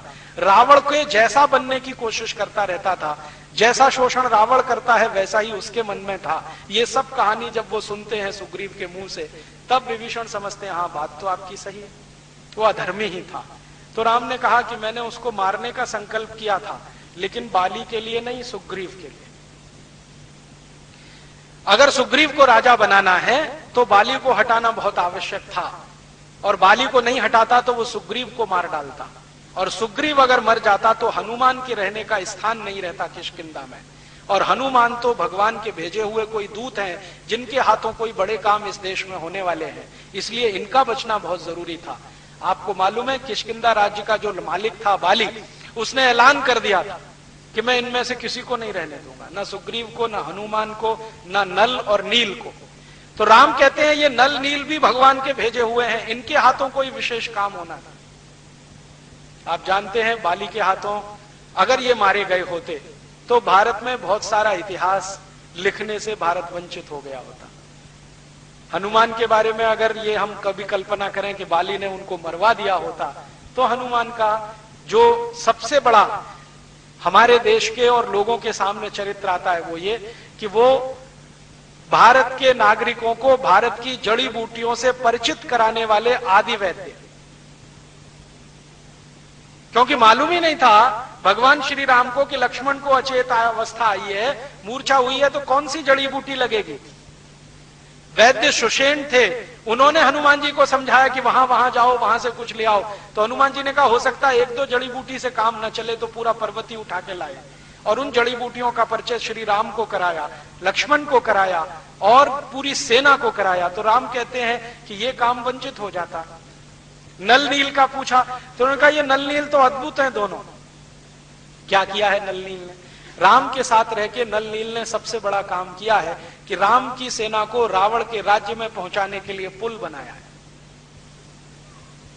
अब तक तो हम सब ये मानते थे कि ये रामचंद्र जी की सेना जो रावण के राज्य में पहुंची उसके लिए कोई पुल बना तो बना होगा, हमारे दिमाग में नहीं बैठता था, कल्पना नहीं आती थी। लेकिन अब अमेरिका की सबसे बड़ी वैज्ञानिक संस्था नासा ने उस पुल के चित्र निकालकर जब सबको दिखाए और उसकी कार्बन डेटिंग हुई तो पता चला कि वो पुल 5,13,000 और कुछ 100 वर्ष पुराना है, और भगवान श्री राम का रावण से युद्ध भी उतना ही पुराना है। तो सिद्ध हो गया कि ये पुल उनके समय में बना है।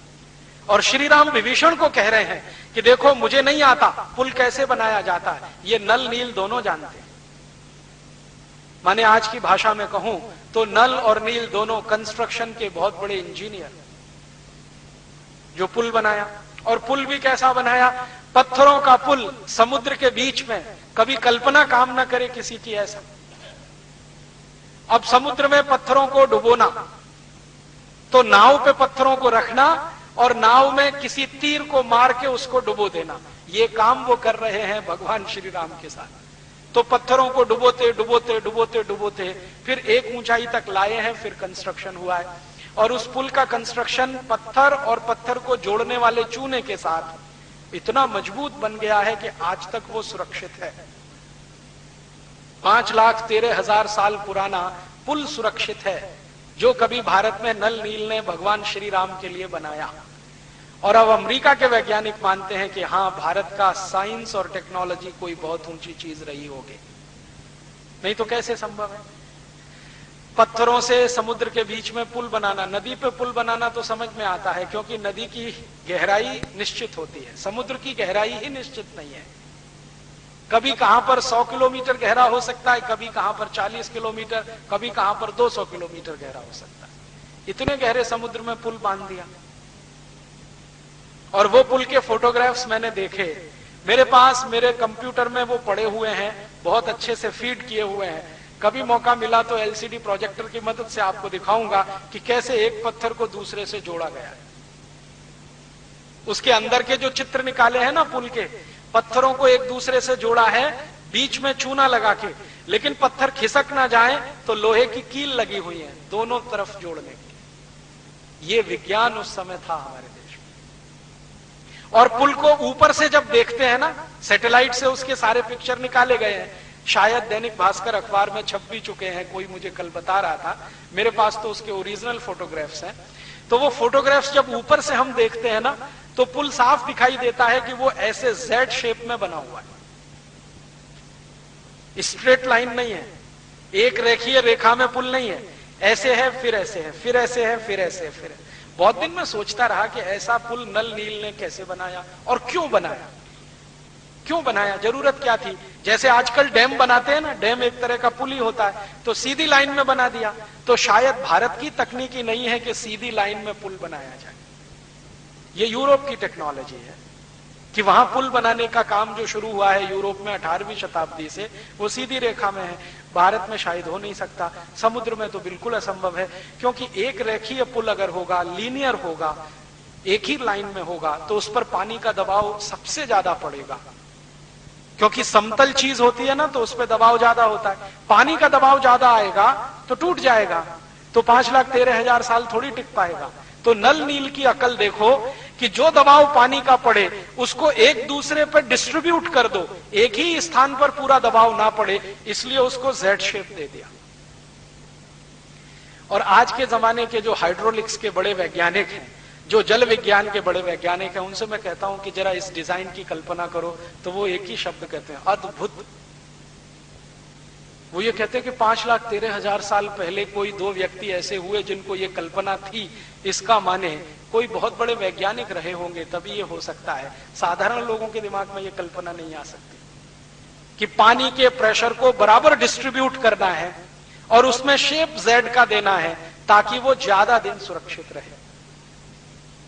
पहले जब हम चर्चा करते थे हमारे कुछ आधुनिक पढ़े लिखे मित्रों के साथ, तो वो ये कहते थे कि भारत बहुत महान था, सुना है, लेकिन इसकी महानता क्या थी वो अब दिखाई देती है। ये महानता थी 5,13,000 साल पहले इस तरह के पुल का डिजाइन कर देना, और वो इतने साल तक लगातार टिके रहना, उसके बीच में कहीं क्रैक भी नहीं है।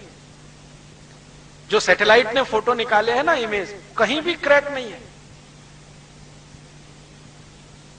अब वो तो भला हो हमारे दक्षिण भारत की वो जयललिता का, जिसने अभी जिद पकड़ ली थी कि इस पुल को तोड़ ही देना है, क्योंकि ये चेन्नई के रास्ते आने वाले बड़े जहाजों को रुकावट पैदा करता है। उसके खिलाफ एक बड़ा अभियान चला। अच्छा हुआ जयललिता अपने पद से निकल गई तो वो पुल बच गया, नहीं तो वो तोड़ने की तैयारी में थी। तो नेता कैसे हैं हमारे, इससे अंदाजा लगा लो। और राम के जमाने में कितनी मेहनत से बना होगा उसका अंदाजा लगा लो। इस तरह की क्वालिटी उस समय के काम में। और फिर अब समझ में आता है कि अगर ये पुल सत्य था तो सब कुछ सत्य रहा होगा। अब तक हमारे देश में कुछ ऐसे इतिहासकार हुए हैं जो वामपंथी मानते हैं, अपने को लेफ्टिस्ट मानते हैं। वो मानते ही नहीं है कि भगवान राम की कहानी कोई सत्य है। वो ये कहते हैं ये हाइपोथेसिस है।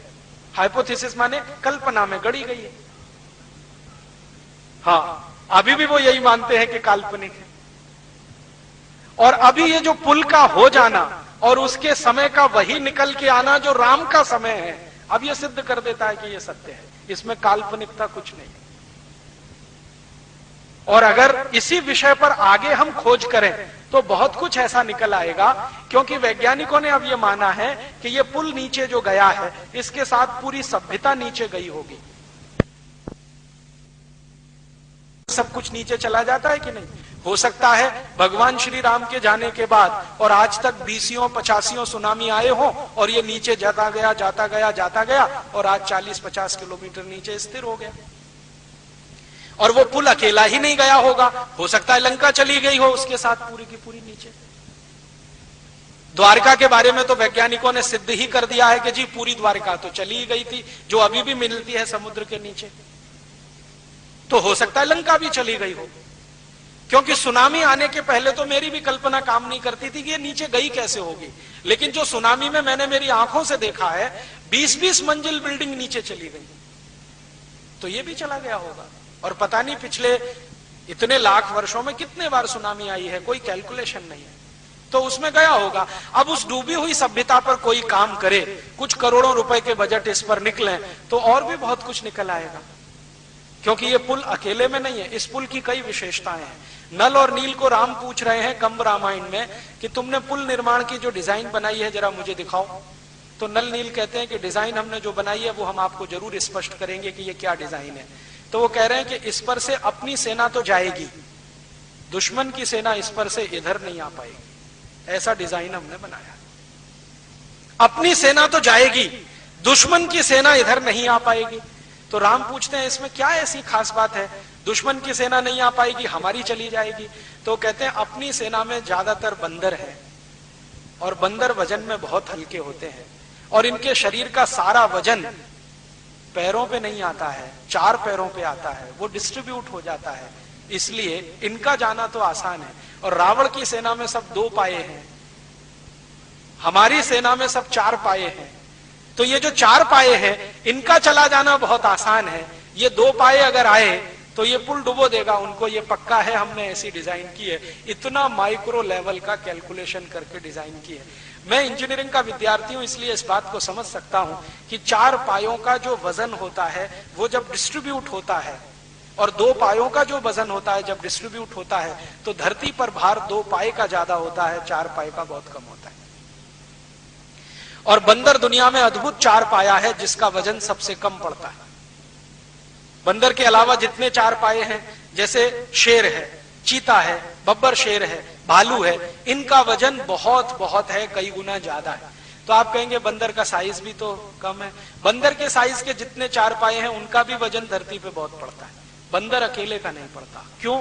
क्योंकि वो पूरा पंजा कभी रखता ही नहीं है, उंगलियों की पोरों से जंप लगाता है। कहीं से कूदेगा, उंगलियां टिकाएगा, पूरा पंजा नहीं रखता, ऐसे टिकाएगा फिर तुरंत जंप कर देगा। और उसमें लगातार क्षमता है जंप करते रहने की। तो वो कह रहे हैं कि हमारी सेना में तो ये बंदर बानर ज्यादा है, आप चिंता मत करो, ये पार जाएंगे, लेकिन उधर से वो आए डूब जाएंगे। ऐसी डिजाइन हमने तैयार की है। फिर पूछ रहे हैं दूसरी विशेषता बताओ इसकी। तो दूसरी विशेषता ये है कि अगर ये पुल बनेगा तो जब तक आप नहीं कहेंगे तब तक ये टूटेगा नहीं। तो कह रहे हैं मेरे कहने से मतलब, उन्होंने कहा आपके जो बाण है ना उनमें एक ही बाण ऐसा है जो इसको तोड़ने की शक्ति रखता, बाकी ये किसी से टूटने वाला नहीं है। वो जब तक आप नहीं चलाएंगे ये टूटने वाला नहीं है। तो पूछ रहे हैं क्यों? तो उन्होंने कहा हमने जो केमिकल लगाया है इसमें वो ये कैलकुलेशन करके लगाया है कि उसका रिएक्शन राम के बाण से ही हो, बाकी किसी बाण से ना हो। तो खोज कर ऐसा केमिकल लाए हैं। और आप जानते हैं कि बाण के सामने जो तीर की नोक होती है उसमें केमिकल लगा के ही चलाए जाते हैं। तो उनको मालूम है नल नील को कि राम के बाण में किस तरह के केमिकल है, तो पुल में कौन से केमिकल इस्तेमाल करने हैं, कौन से नहीं करने हैं, किसको छोड़ देना है, किसको रख लेना है, इस कैलकुलेशन से पुल है। फिर वो कहते हैं कि हाँ हम इस पुल से जाएंगे और वापस जब आएंगे तो ये कितने दिन टिकने वाला है। तो उन्होंने कहा जब तक आप चाहें तब तक। आप अगर चाहेंगे तो हम लौटते ही इसको नाश कर देंगे, आप चाहेंगे तो थोड़े दिन टिकेगा। आप विभीषण को बोल के जाओ और वो बाण इसको दे के जाओ, जब इसको मन आए वो चला दे, वो टूट जाएगा। इस तरह की विशेषताओं वाला पुल बनाकर वो गए हैं लंका में और मारकर रावण को लौटे हैं। लौटने के बाद विभीषण को कई बात कह के जा रहे हैं। उनमें से एक है कि ये तुम्हारी इच्छा है, इसको चाहो तो रखो, चाहो तोड़ देना। बाण मेरा ये है, जब चाहो तो इसको मेरा स्मरण करके छोड़ देना। अब इससे बड़ी महत्व की बात राम जी जो विभीषण को कह रहे हैं, राजा बना दिया उसको गद्दी सौंप दिया, अब विदा ले रहे हैं। तो विभीषण पूछ रहा है कि इसको चलाऊं कैसे राज्य को, ये तो सिखा दो मुझे, ये तो बता दो। तो भगवान राम एक ही बात कहते हैं कि देखो अभी मैंने सत्ता का हस्तांतरण करवाया है, प्रशासन व्यवस्था वही है जो रावण के जमाने की थी। तो जब तक तुम इस पूरी प्रशासनिक व्यवस्था को नहीं बदलोगे तुम्हारे राज्य की किसी समस्या का समाधान नहीं होगा। ट्रांसफर ऑफ पावर हुआ है, रावण की सत्ता विभीषण को मिली है, लेकिन रावण का राज्य वैसे का वैसा ही है। इसके मंत्री, इसके महामंत्री, इसके अमात्य, इसके महाअमात्य, इसके खजांची, इसके अधिकारी, इसकी सेना, इसका सेनापति, ये सब वैसे के वैसे ही हैं। अगर तुम चाहो तो इनको बदलो तो तुम्हारे राज्य की समस्याएं हल होंगी। जो तुमने इन प्रशासनिक व्यवस्थाओं को नहीं बदला तो एक भी समस्या का समाधान नहीं होगा, और मैं ये कह सकता हूं कि समस्याएं बढ़ेंगी। तो वो पूछ रहा है कि ये आप कैसे कह रहे हैं? तो उन्होंने कहा देखो रावण ने अपना राज्य स्थापित किया, उसके आधार पर अधर्म को धर्म बनाया, और जितने अधार्मिक कायदे कानून थे वो सभी धर्म के लवादे में उड़ाकर उसने स्थापित करा दिया। अब यही कायदे कानून अगर चलेंगे तो तुम्हारे पास सत्ता आने का भी लाभ नहीं मिलेगा प्रजा को। तुम मजा कर सकते हो, प्रजा वैसे ही दुखी रहेगी। तुम तय करो तुम्हें प्रजा का राजा होना है या गद्दी का राजा होना है। तो विभीषण कह रहा है कि मैं तो प्रजा का राजा होना चाहता हूं। तो राम उनको कह रहे हैं कि सबसे पहला काम करो कि रावण के बनाए हुए कायदे कानून और नियम सब खत्म करो, जला दो उनको, नए नियम कायदे बनाओ, और ऐसे नियम कायदे बनाओ जो सनातन सत्य पर आधारित हो। ऐसा सत्य नहीं जो आज है और कल बदल जाए, ऐसा सत्य जो हजारों साल पहले था, हजारों साल रहे। और राम कहते हैं कि किसी भी राज्य की सत्ता का हस्तांतरण मात्र हो और राज्य की व्यवस्था ना बदले तो उस देश की, उस राज्य की कोई समस्या का समाधान नहीं होता। अब भारत की समस्याओं को मैं यहीं देखता हूं। अब श्री राम जी की ही बात करें, 15 अगस्त 1947 को इस भारत में भी सत्ता का ही हस्तांतरण हुआ। इतना ही तो हुआ कि माउंटबेटन के हाथ में से सत्ता हमारे देश के पहले प्रधानमंत्री पंडित जवाहरलाल नेहरू के हाथ में आई। बाकी क्या बदला? अंग्रेजों ने भारत का लूटमार करने के लिए 34,735 कानून बनाए। वो सब के सब भारत की आजादी के बाद भी चल रहे हैं। तो श्री राम जी के शब्दों के अनुसार भारत की किसी समस्या का समाधान नहीं होगा, क्योंकि व्यवस्था वही है जो रावण के समय थी। रावण का समय माने अंग्रेजों का राज्य, वो रावण का ही राज्य था। एक भी कानून नहीं बदला। अंग्रेज माने रावण, रावण माने अंग्रेज। मैं अभी बिल्कुल स्पष्ट कह रहा हूं, रावण और अंग्रेजों में कोई अंतर नहीं था। तो रावणों ने या अंग्रेजों ने जो कानून बनाए, सीआरपीसी, आईपीसी, सीपीसी, वो सब के सब वैसे के वैसे ही। अंग्रेजों ने कानून बनाया इंडियन पुलिस एक्ट, वो वैसे का वैसा ही। अंग्रेजों ने कानून बनाया इंडियन सिविल सर्विसेज एक्ट, वो वैसे का वैसा ही। लैंड रेवेन्यू एक्ट, वो वैसे का वैसा ही। लैंड एक्विजिशन एक्ट, वो वैसे का वैसा ही। इंडियन सिटीजनशिप एक्ट, वैसे का वैसा ही। तो अंग्रेजों के बनाए गए 34,735 कानून केंद्र स्तर पर और अंग्रेजों के बनाए हुए राज्य स्तर के हजारों हजारों कानून, वो सबके सब वैसे ही चल रहे हैं। इसलिए भारत की कोई भी समस्या का समाधान आजादी मिलने के 60 साल बाद भी नहीं हो रहा है। गरीबी आजादी के साल में जितनी थी उससे बढ़ी है, कम नहीं हुई। 1947 में हम आजाद हुए तो भारत में 4 करोड़ लोग गरीबी की रेखा के नीचे थे। अब सन 2006 में 40 करोड़ लोग गरीबी की रेखा के नीचे हैं। अब आप कहोगे जी जनसंख्या बढ़ गई। जनसंख्या तो बहुत थोड़ी बढ़ी। 1947 में हम 34 करोड़ थे, अब हम 108 करोड़ हो गए। जनसंख्या 3.5 गुनी बढ़ी है, गरीबी 10 गुनी बढ़ी है। आजादी के साल में हमारे देश में बेरोजगारों की संख्या 2 करोड़ थी, अब 2006 में 20 करोड़ हुई है। तो बेरोजगारी भी बढ़ी है, गरीबी भी बढ़ी है। आजादी के साल में जितना भ्रष्टाचार था उससे हजारों गुना ज्यादा भ्रष्टाचार अभी बढ़ा है, ये हम सब मानते हैं। आजादी के साल में जितनी महंगाई थी उससे हजारों गुनी ज्यादा महंगाई अभी बढ़ी है। आजादी के साल के कुछ आंकड़े बताता हूं। आजादी के साल में 1 रुपए में 50 किलो गेहूं मिलता था। आज 50 किलो गेहूं 300 रुपए में मिलेगा या 350 रुपए में। आजादी के साल में 1 रुपए में 2 किलो शुद्ध गाय का घी मिलता था। आज 2 किलो शुद्ध गाय का घी ढूंढने जाओ तो 700-800 रुपए से नीचे नहीं मिलेगा। मिलावट वाला 400 रुपए में मिल जाएगा। आजादी के साल में किसी के घर में 2-4 रुपया इकट्ठा हो जाए तो सोना खरीद लेते थे। अभी 10 ग्राम सोना खरीदने के लिए कम से कम 10,000 रुपया हो तब कल्पना हो सकती है। आजादी के साल में किसी सरकारी कर्मचारी की पगार 20 रुपए होती थी ना, तो 10-12 रुपए में घर का खर्च चलता था महीने का, 8 रुपए बचा लेता था फिर भी, और सुखी रहता था। अब आजादी के 50-60 साल के बाद 10,000 रुपए महीने की पगार अगर मिल जाए तो भी उसका घर खर्च नहीं चलता। महंगाई बहुत बढ़ी, गरीबी बहुत बढ़ी, बेरोजगारी बहुत बढ़ी, भ्रष्टाचार बहुत बढ़ा। और आजादी के साल में भारत की सरकार बोलती है कि 33% भारत की जमीन का कुल जंगल था।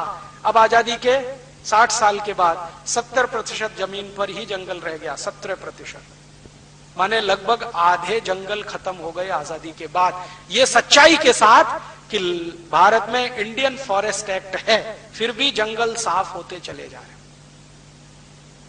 फॉरेस्ट डिपार्टमेंट है जिस पर करोड़ों रुपए खर्च होते हैं हर साल पगार के, लेकिन जंगल बढ़ नहीं रहे, कम हो रहे हैं। आजादी के बाद पर्यावरण का प्रदूषण बढ़ा है। आजादी के बाद नदियों के पानी का प्रदूषण बढ़ा है। आजादी के साल में जो गंगा पावनी होती थी, जिसका गंगा जल पीकर आप अमृत मानते थे, आज उस गंगा कई स्थानों पर ऐसी हालत में है कि आप पानी छूने की हिम्मत न करें, नहाना तो दूर की बात है।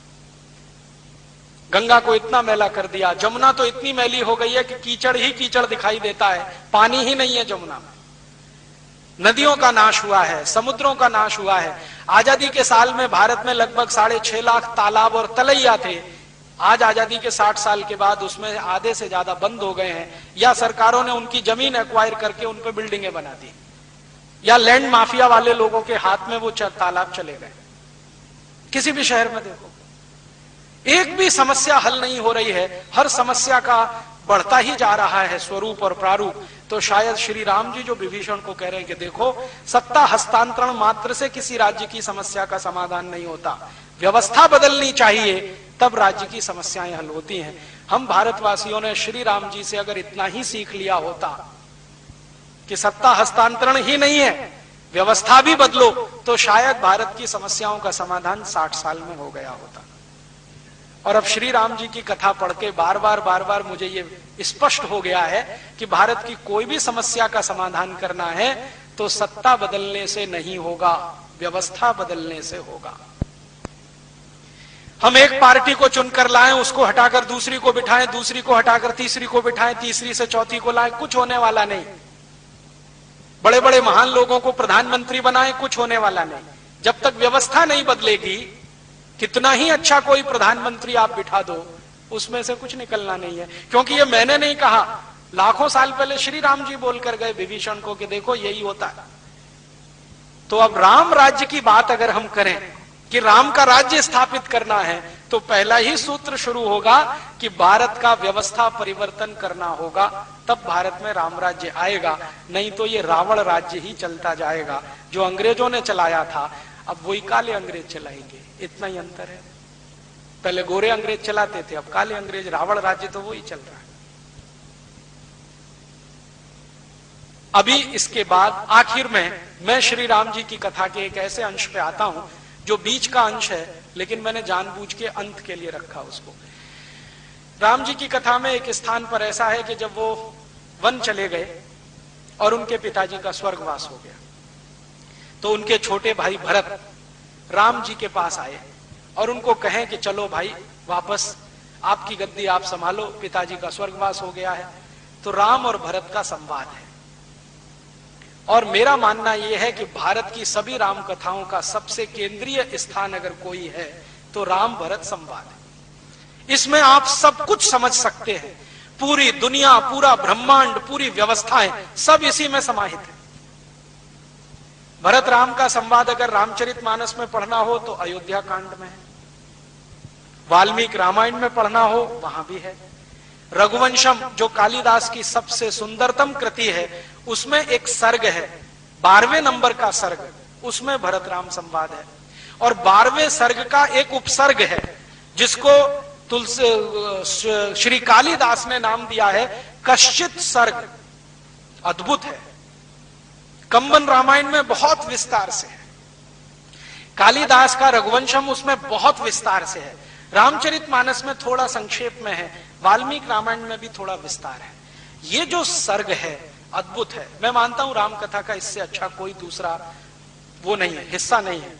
इसमें राम को जब मिलने के लिए भरत आते हैं और बताते हैं पिताजी की मृत्यु हो गई है और राज्य को अब चलाना मेरे लिए तो मुश्किल है, आपको वापस चलना पड़ेगा। तो राम जी उनसे कई प्रश्न पूछ रहे हैं और वो सारे प्रश्न हमें बताते हैं कि राम राज्य कैसा होता है। और महात्मा गांधी ने इसी राम राज्य की बात कही है, राम राज्य है क्या। तो भरत आए, कुशल क्षेम पूछा, गले मिलकर रोए, वगैरह वगैरह सब हो गया। फिर शांति के साथ बैठे हैं भरत, और राम जी का पहला प्रश्न जो भरत को है वो ये कि भरत, तुम जिस राज्य से आए हो, अयोध्या का राज्य, तुम कहते हो वो राम का राज्य है, माने मेरा राज्य है, अर्थात राम राज्य है। तो मैं तुमसे पूछता हूं कि इस राज्य को चलाने के लिए तुम्हारी जो नीति, नियम, कायदे, कानून है, उनके बारे में कुछ प्रश्न करता हूं। तुम उनका उत्तर अगर हाँ में देते हो तो मैं मानूंगा कि वो राम राज्य है, और ना में दे रहे हो तो मैं नहीं मानता कि वो राम राज्य है। तो भरत कह रहे हैं आप प्रश्न पूछिए, जितनी मेरी हैसियत है, क्षमता है, मैं दूंगा। तो पहला ही प्रश्न श्री राम जी पूछ रहे हैं भरत से। वो पूछ रहे हैं कि क्या तुम अपने राज्य के आचार्यों का, वैद्यों का, गुरुओं का, पुरोहितों का और अग्रजों का ऐसा ही सम्मान करते हो जैसा मैं करता था? पहला ही प्रश्न है, क्या तुम अपने राज्य के आचार्यों का, गुरुओं का, अग्रजों का, पुरोहितों का वैसा ही सम्मान करते हो जैसे मैं करता था? तो भरत कहते हैं हाँ, मेरी कोशिश तो यही है कि मैं मेरे सभी अग्रजों का सम्मान करूं, मेरी कोशिश तो यही है मैं मेरे सभी गुरुओं का सम्मान करूं, मैं मेरी कोशिश ये करता हूं आचार्यों का सम्मान करूं, लेकिन पुरोहितों के बारे में थोड़ी मुझे मन में आशंका रहती है। राम पूछते क्यों, इसमें आशंका क्या है? तो वो कह रहे हैं कि पुरोहित तो कर्मकांडी कराते हैं ना। तो राम कहते हैं तो तुमने क्या मान लिया, वो गुरुओं के नीचे है क्या, आचार्यों से कम है क्या? तो कह रहे हैं कि मेरे मन में कभी कभी ऐसा प्रश्न आता है कि पुरोहितों को इतना ही सम्मान क्यों देना जितना आचार्यों को, जितना गुरुओं को, जितना उसको। क्योंकि हम मानते हैं कि भगवान तो घट घट में है, ईश्वर तो हर कण में व्याप्त है, पुरोहित हमको कर्म कांड की तरफ लेके जाते हैं, तरीके बताते हैं पूजा के, जबकि ईश्वर तो कण कण में है, घट घट में है, भावना से ईश्वर है। पुरोहिताई में क्या है? अब राम जी का उत्तर सुनिए। वो कहते हैं देखो भरत, ये पुरोहित तुम्हारे राज्य की अर्थव्यवस्था की रीढ़ की हड्डी है। जरा समझो इस बात को, रीढ़ की हड्डी है, माने पूरी अर्थव्यवस्था इन पुरोहितों के दम से चलती है। भरत कहते हैं समझ में नहीं आ रहा। तब राम कह रहे हैं धर्मस्य मूलम अर्थम, अर्थस्य मूलम कामम। और इसी बात को राम जी के जाने के कुछ लाख साल के बाद चाणक्य बोलकर गए, धर्मस्य मूलम अर्थम, अर्थस्य मूलम कामम।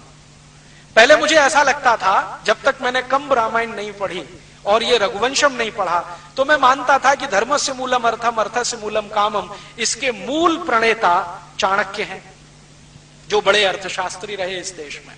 लेकिन अब पता चला है कि चाणक्य से लाखों साल पहले रामचंद्र जी ये कह रहे हैं भरत को, धर्मस्य मूलम अर्थम। वो कहते हैं कि देखो, धर्म के मूल में अर्थ है। अगर तुम्हारी अर्थव्यवस्था मजबूत है तो धर्म मजबूत होगा, और अर्थव्यवस्था को मजबूत करने में पुरोहितों का सबसे बड़ा योगदान है। तो फिर भी भरत को समझ में नहीं आ रहा है। तो रामचंद्र जी और उदाहरण देके कहते हैं कि देखो पुरोहित क्या करता है। पुरोहित पूजा करवाता है, तो पूजा करवाता है, तो पूजा करवाता है, वो तो किसी कथा की, सत्यनारायण की, या जो भी करवाता है, लेकिन एक लिस्ट बनवाता है कि 10 घड़े ले आना, एकदम कोरे होने चाहिए, 20 मीटर कपड़ा ले आना, एकदम नया होना चाहिए, इतनी चूड़ियां ले आना, बिना पहनी हुई होनी चाहिए, 10 किलो घी ले आना, ये सामग्री ले आना, ये लकड़ियां ले आना, ये बांस मंगा लेना, ये ऐसा कर लेना, वैसा। मैंने एक बार वो लिस्ट देखी तो कम से कम 108 चीजें रहती हैं उसमें। सिंदूर ले आना, गुड़ ले आना, कलावा ले आना, ये कर लेना, वो कर लेना। तो राम समझा रहे हैं कि देखो, जो आदमी पूजा तो भगवान की कराएगा, वो तो भावना से भी हो सकती है, लेकिन जानबूझकर वो इतनी चीजें मंगाएगा क्योंकि कारीगर जो इन चीजों को बना रहे हैं वो बिकना भी तो चाहिए। उस दिन मेरे समझ में आया श्री राम जी की परिभाषा कि पुरोहित मार्केटिंग मैनेजर होते हैं। अब समझ में आया मुझे, इनसे बड़ा मार्केटिंग मैनेजर कौन होगा। अब देखो, वो कह रहे हैं घड़े ले आना, कोरे लाना, तो कुम्हार का काम बढ़ा कि नहीं, घड़े बिके उसके। फिर घड़े पे ढकने के लिए ढक्कन और ले आना, तो कुम्हार का काम और बढ़ा, बिक्री हुई। फिर कहते हैं सकोरे ले आना, कुल्लड़ ले आना, तो उसमें प्रसाद रखेंगे, तो ऐसे करेंगे तो मिट्टी में पवित्रता होती है। पवित्रता तो सभी चीजों में होती है, लेकिन मिट्टी के ये नए नए बर्तन अगर कोई पूजा में लाएगा और ऐसी रोज सैकड़ों पूजाएं होती जाएंगी, तो कुम्हारों का काम जिंदगी भर चलता रहेगा। तो कारीगरों को जिंदा रखना है तो वो पुरोहित ही है। वो नए नए कपड़े मंगाते हैं तो जुलाहों का काम चलेगा, बुनकरों का काम चलेगा, धुनकरों का काम चलेगा। वो नए नए कुछ मान लीजिए बांस मंगवा लीजिए तो बांस के कारीगरों का काम चलेगा। यज्ञ कराना है तो घी डलवा रहे हैं तो घी बनाने वाले बाल गोपालों का काम चलेगा, ग्वालों का काम चलेगा, उनकी गाय की संख्या बढ़ेगी क्योंकि घी बिकेगा। और घी को जला के फूंक देना है ताकि नया घी हमेशा बनता रहेगा। ये तो बहुत दूर की कोई बात है। तो राम जब इसको बहुत विस्तार से समझाते हैं तब भरत कहते हैं क्षमा करना भाई, मुझे ये समझ में नहीं आता था, अब पता चल गया है कि पुरोहित राज्य व्यवस्था के अर्थ को संभालते हैं, इसलिए वो भी आचार्य और गुरु के समकक्ष है। तो राम कहते हैं कि देखो, कभी कभी ऐसा हो जाए कि गुरुओं का सम्मान कुछ कम हो, आचार्यों का कम हो या किसी का, लेकिन पुरोहितों का कम नहीं होने देना कभी। क्योंकि ये है तो राज्य की अर्थव्यवस्था है, अर्थव्यवस्था मजबूत है तो धर्म टिकाओगे, धर्म टिकेगा तो राज्य आगे बढ़ेगा। हमारी आंखें खोलने वाला है ये कॉन्सेप्ट। आज तक हमारे देश में पुरोहितों को गाली देने का काम हमारे आधुनिक पढ़े लिखे लोगों ने बहुत किया है कि ये पोंगापंथी हैं, ढपोर शंखी हैं, ऐसे शंख बजा देते हैं, वैसे घंटा बजा देते हैं। ये हमको इतना ही दिखाई देता है, इसके आगे का कुछ दिखाई नहीं देता कि वो कितनी बड़ी इकोनॉमी चला देते हैं। और राम आगे का प्रश्न पूछ रहे हैं कि जिन पुरोहितों का तुम सम्मान करो, ध्यान ये रखना कि वो पैसे के लिए कुछ ना करते हो। माने राइडर लगा दिया उन्होंने। एक पुरोहित ऐसे हैं जो पैसा लेके पूजा कराते हैं। राम कह रहे हैं अगर ऐसे पुरोहित हैं तो उनका सम्मान करने की जरूरत नहीं है, क्योंकि जो ज्यादा पैसा देगा उसी का माल बिकवाएंगे फिर तो। इसलिए पुरोहित उन्हीं का सम्मान करना है जो पैसा खुद न लेते हो और कारीगरों का माल बिकवाने में मदद करते हो। तो बिना पैसे लिए जो पूजा कराए वो पुरोहित है, पैसे लेकर जो कराए राम उसको अच्छा नहीं मानते। तो अगला ही प्रश्न वो कहते हैं कि क्या तुम्हारे राज्य के पुरोहित पैसा लेके पूजा कराते हैं? अगर कराते हैं तो उनको किनारे रखो।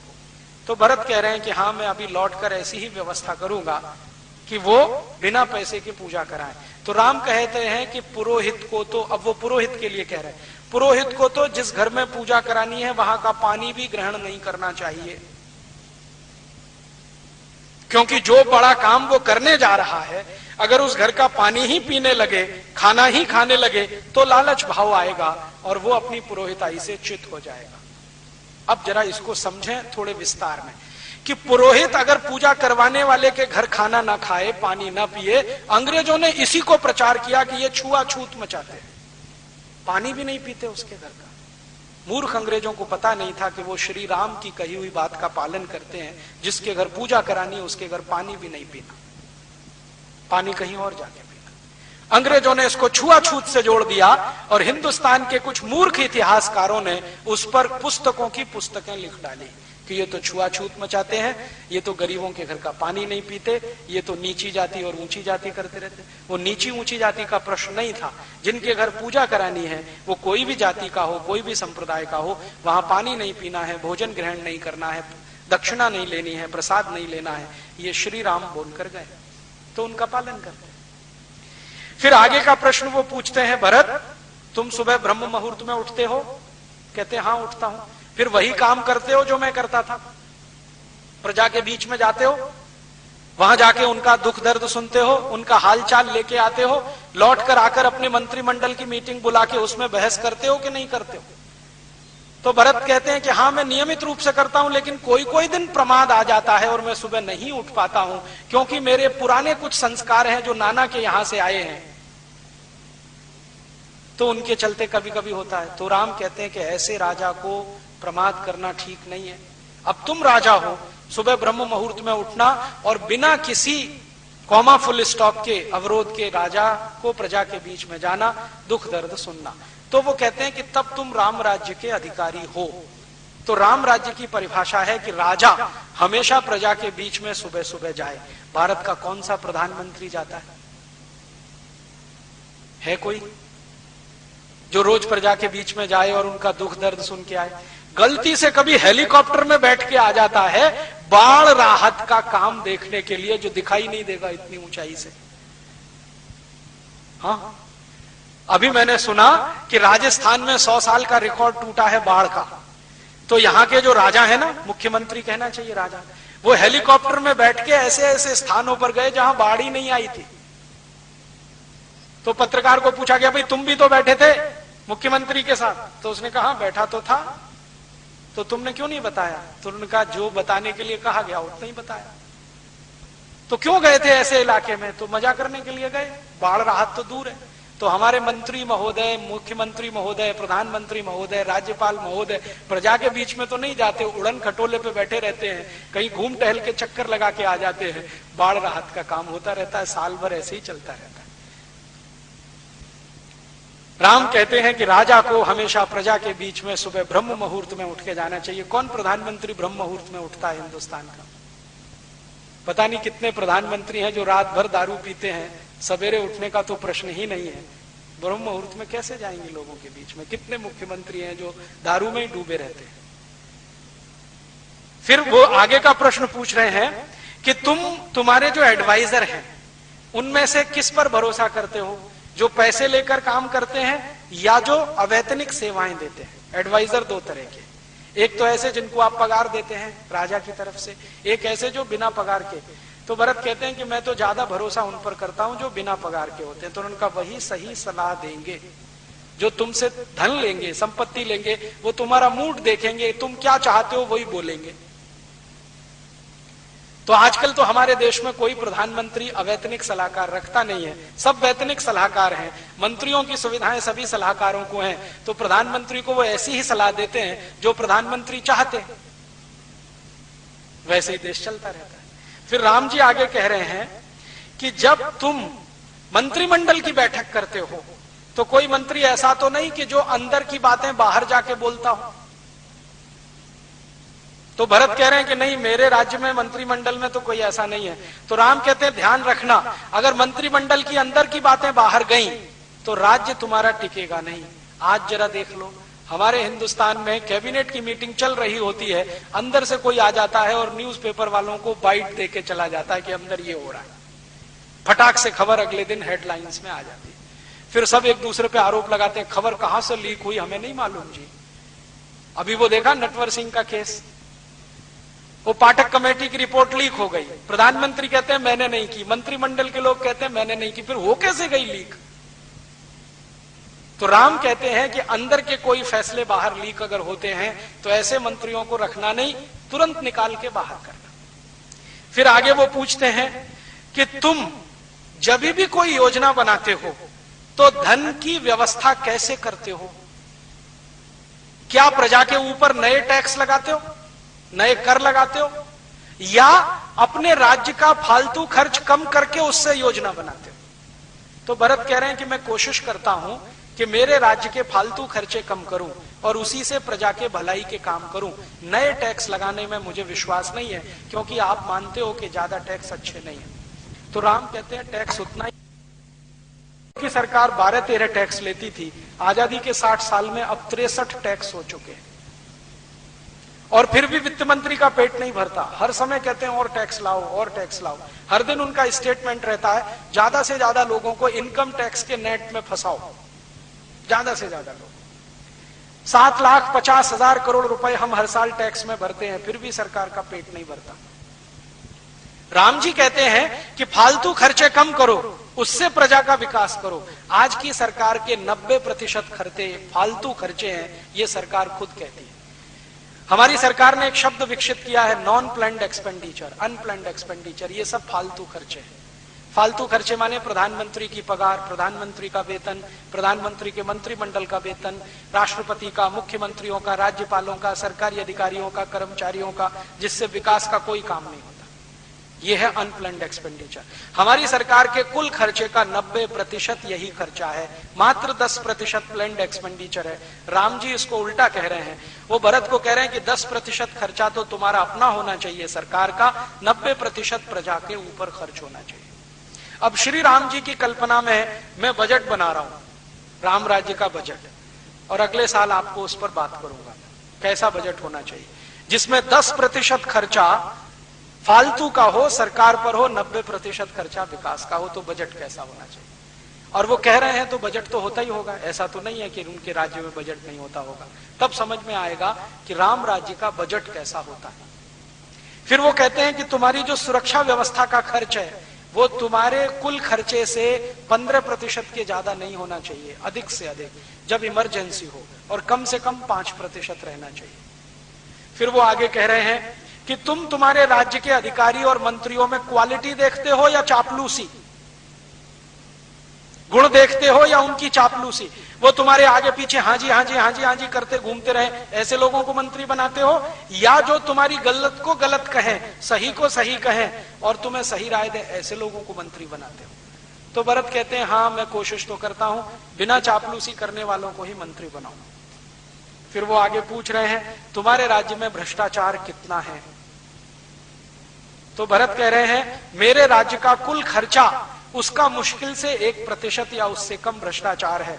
तो राम कहते हैं ये 3% के ऊपर नहीं जाना चाहिए कभी भी। अगर गया तो राज्य व्यवस्था पूरी बदलनी पड़ेगी। करप्शन है लेकिन 3% के ऊपर नहीं, कंट्रोल रहना चाहिए। आज हमारे देश में कुल खर्चे का 70% करप्शन है आज की तारीख। फिर राम जी पूछ रहे हैं कि तुम्हारे राज्य में जो लोग चोरी करते हैं, अपराध करते हैं, बेईमानी करते हैं, उनको दंड देते हो कि नहीं?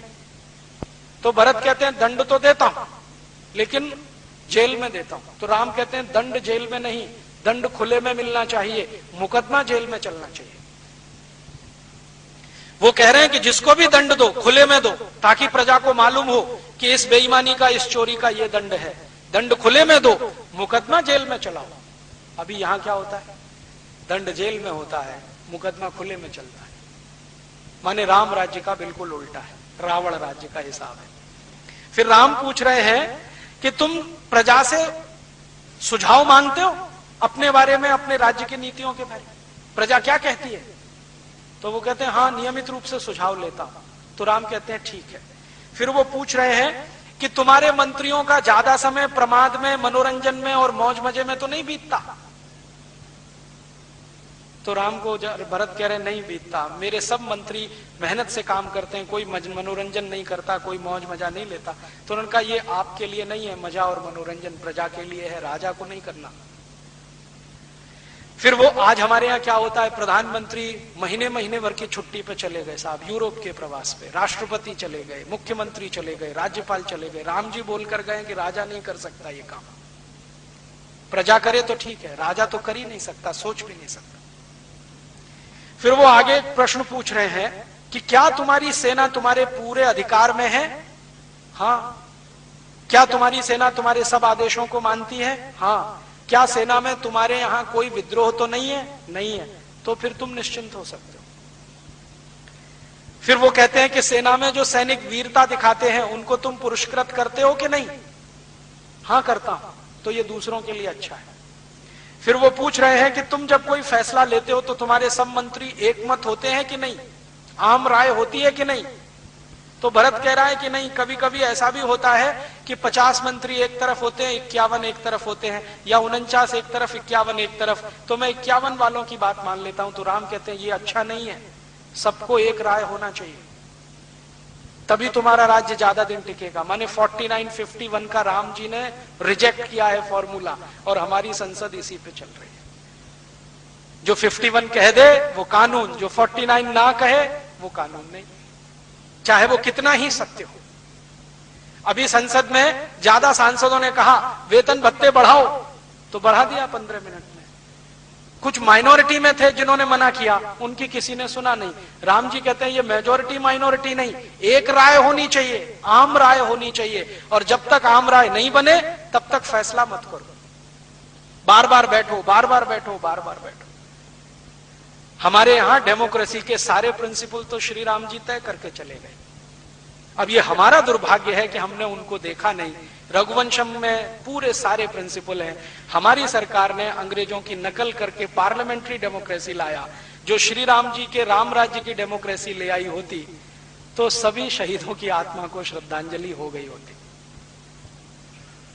फिर ऐसे ऐसे उन्होंने बहुत अच्छे प्रश्न किए, और ये सारे प्रश्न इतने अद्भुत हैं कि एक एक प्रश्न पर मैं आपसे आधा घंटे, 1 घंटे बात कर सकता हूं अगर विस्तार से। लेकिन मैं आपके सिर्फ ध्यान में लाना चाहता हूं कि श्री राम के राज्य की व्यवस्था कैसी है, राम राज्य कैसा है। और राम राज्य कोई कपोल कल्पना नहीं है, ठोस धरातल पर खड़ी हुई एक अवधारणा है जिसमें गणतंत्र है, प्रजातंत्र है। और राम जी ये सब प्रश्नों का उत्तर जब ले लेते हैं भरत से, फिर कहते हैं कि अगर तुम ये सब कर ही रहे हो तो राम राज्य ही चला रहे हो, इसलिए मेरे आने की जरूरत नहीं है, तुम जाओ। मेरी जरूरत तब पड़ेगी जब तुम रास्ते से भटक जाओ। तब वो कहते हैं कि कम से कम आपकी खड़ाऊं तो दे दो, वो ही ले जाता हूं। तो ठीक है, ले जाओ, लेकिन विचार ये है इसके हिसाब से राज्य चलाओ, इससे अलग मत जाओ। तो गांधी जी बार बार जो राम राज्य की कल्पना कर रहे हैं वो यही कल्पना है। और मैंने कोशिश किया है कि ये राम राज्य की कल्पना जो छुपी पड़ी, क्योंकि इस पर बात नहीं हुई है, चर्चा नहीं हुई है, मैंने तो जितने रामकथा कहने और कहलवाने वाले लोग हैं सबसे बात की, किसी ने मुझे संतुष्ट नहीं किया, हर जगह निराशा मिली। वो राम के दूसरे दूसरे रूपों की बहुत चर्चा करते हैं। राम बड़े कोमल हैं, राम बड़े दयालु हैं, उनकी आंखें बहुत सुंदर हैं, उनके हाथ बहुत सुंदर हैं और अजान बाहु हैं, और इन वर्णों में वो घंटों घंटों निकाल सकते हैं, आपको रुला सकते हैं, हाँ आपके साथ वो भी रो सकते हैं, लेकिन राम की जिंदगी का जो असली कर्म है उस पे बात ही नहीं करते, बात ही नहीं करते। कई राम कथा सुनाने वालों के यहां मैं चुपचाप जाके बैठा हूं कि अब कहेंगे, अब कहेंगे, अब कहेंगे, अब कहेंगे, लेकिन बात ही नहीं आती। भरत राम संवाद की भी बात आती है तो राम ने गले से लगा लिया, भाव विहल हो गए, आंसू बहने लगे, भरत के भी आंसू बहने लगे, लेकिन ये जो मूल बात कर रहे हैं ये सब गोल कर जाते हैं। शायद उनके मन में इसको कहने की नैतिकता नहीं हो या हिम्मत नहीं हो, क्योंकि आदमी दूसरे को कहता है उससे ज्यादा अपने को कहता है। जब मैं बोलता हूं तो मुझे लगता है कि मैं दूसरों से नहीं अपने से बात कर रहा हूं, क्योंकि कोई भी बोलने से पहले अपने से मुखातिब होता है, अपने से बोलता है। शायद वो नहीं बोल पाते हो, और मैं पूरी विनम्रता से कहता हूं कि आज हिंदुस्तान में जो राम कथा हो रही है वो राम की कथा नहीं है, वो व्यापार की कथा है। उसमें कोई आपसे आएगा, बाकायदा डील करेगा कि भैया मुझको इतने लाख चाहिए, आप दे सकते हो तो आप कराओ, नहीं दे सकते तो मैं दूसरे से बात करता हूं। ये सुविधाएं चाहिए, ये सुख चाहिए, इतना पैसा चाहिए, इतना चढ़ावा आना चाहिए, उसके बाद ऐसा होना चाहिए, वैसा होना चाहिए, एसी मंच होना चाहिए। फिर रामचंद्र जी के वन गमन की कहानी एसी मंच से सुनाएंगे। दुखों का पहाड़ टूट पड़ा राम पर, हम एसी मंच पे बैठ के सुनाएंगे कि रामचंद्र जी को ये दुख है, रामचंद्र जी को वो दुख है। तो मुझे लगता है कि हम राम राज्य की तरफ तो बढ़ नहीं पा रहे हैं। राम की कथा का व्यवसाय तो जरूर इस देश में चल पड़ा है, धंधा भी चल पड़ा है। मेरी ऐसी मान्यता है कि इस देश को इस राम कथा के व्यवसाय से निकाला जाए और इसको राम के राज्य की तरफ ले जाने वाला कोई प्रेरणा पुंज बनाया जाए। मेरा ऐसा मानना है कि 60 साल से राम कथा सुनने और सुनाने के बाद भी अगर हम में राम जी का चरित्र नहीं प्रवेश करता है तो इसको सुनने सुनाने से कोई फायदा नहीं है। और मेरा यह मानना है कि अगर राम कथा सुनाने से इस देश में राम राज्य की तरफ बढ़ने का कोई एक कदम उठता है तो इसमें बहुत सार्थकता है। तो मैं राम जी की कथा को इस दृष्टि से देखता हूं कि भारत की आज की समस्याओं का समाधान करे ये, और इस देश में राम राज्य की स्थापना करे, तो जाकर इसकी सार्थकता सिद्ध हो। और शायद राम भी यही चाहते थे। अगर वो व्यवसाय और व्यापार वाले व्यक्ति होते तो ये प्रश्न नहीं पूछते कि तुम ऐसे पुरोहितों को सम्मान नहीं करना जो पैसे के लिए काम करते हैं, उनको बाहर करना। ऐसे ही पुरोहितों का सम्मान करना जो किसी के घर का पानी भी ना पिए, निस्वार्थ भाव से काम करें। राम आदर्श बने हैं, मर्यादा पुरुषोत्तम बने हैं तब जब उन्होंने महल छोड़ा है, सुख छोड़े हैं और अपनी सुविधाएं छोड़ी हैं, साधारण व्यक्ति के कष्टों को रहकर जीकर अनुभव किया है और उनके बीच में से ऐसे ऐसे लोगों को तपस्वी बनाकर खड़ा किया है जिन्होंने चक्रवर्तित्व पद संभाला है, तब वो मर्यादा पुरुषोत्तम बने। जब तक उनका महलों का जीवन है कोई उनको मर्यादा पुरुषोत्तम नहीं कहता। महल छोड़कर वन में चले गए हैं और आदर्श की स्थापना करने में लगे हुए हैं, तब वो मर्यादा पुरुषोत्तम बने हैं। तो हम मर्यादा पुरुषोत्तम राम की बात करें, उनके राम राज्य की बात करें और कुछ कोशिश करें, कम से कम सपना तो देखें कि इस देश में राम राज्य लाना है जो हमारे शहीदों का अधूरा है।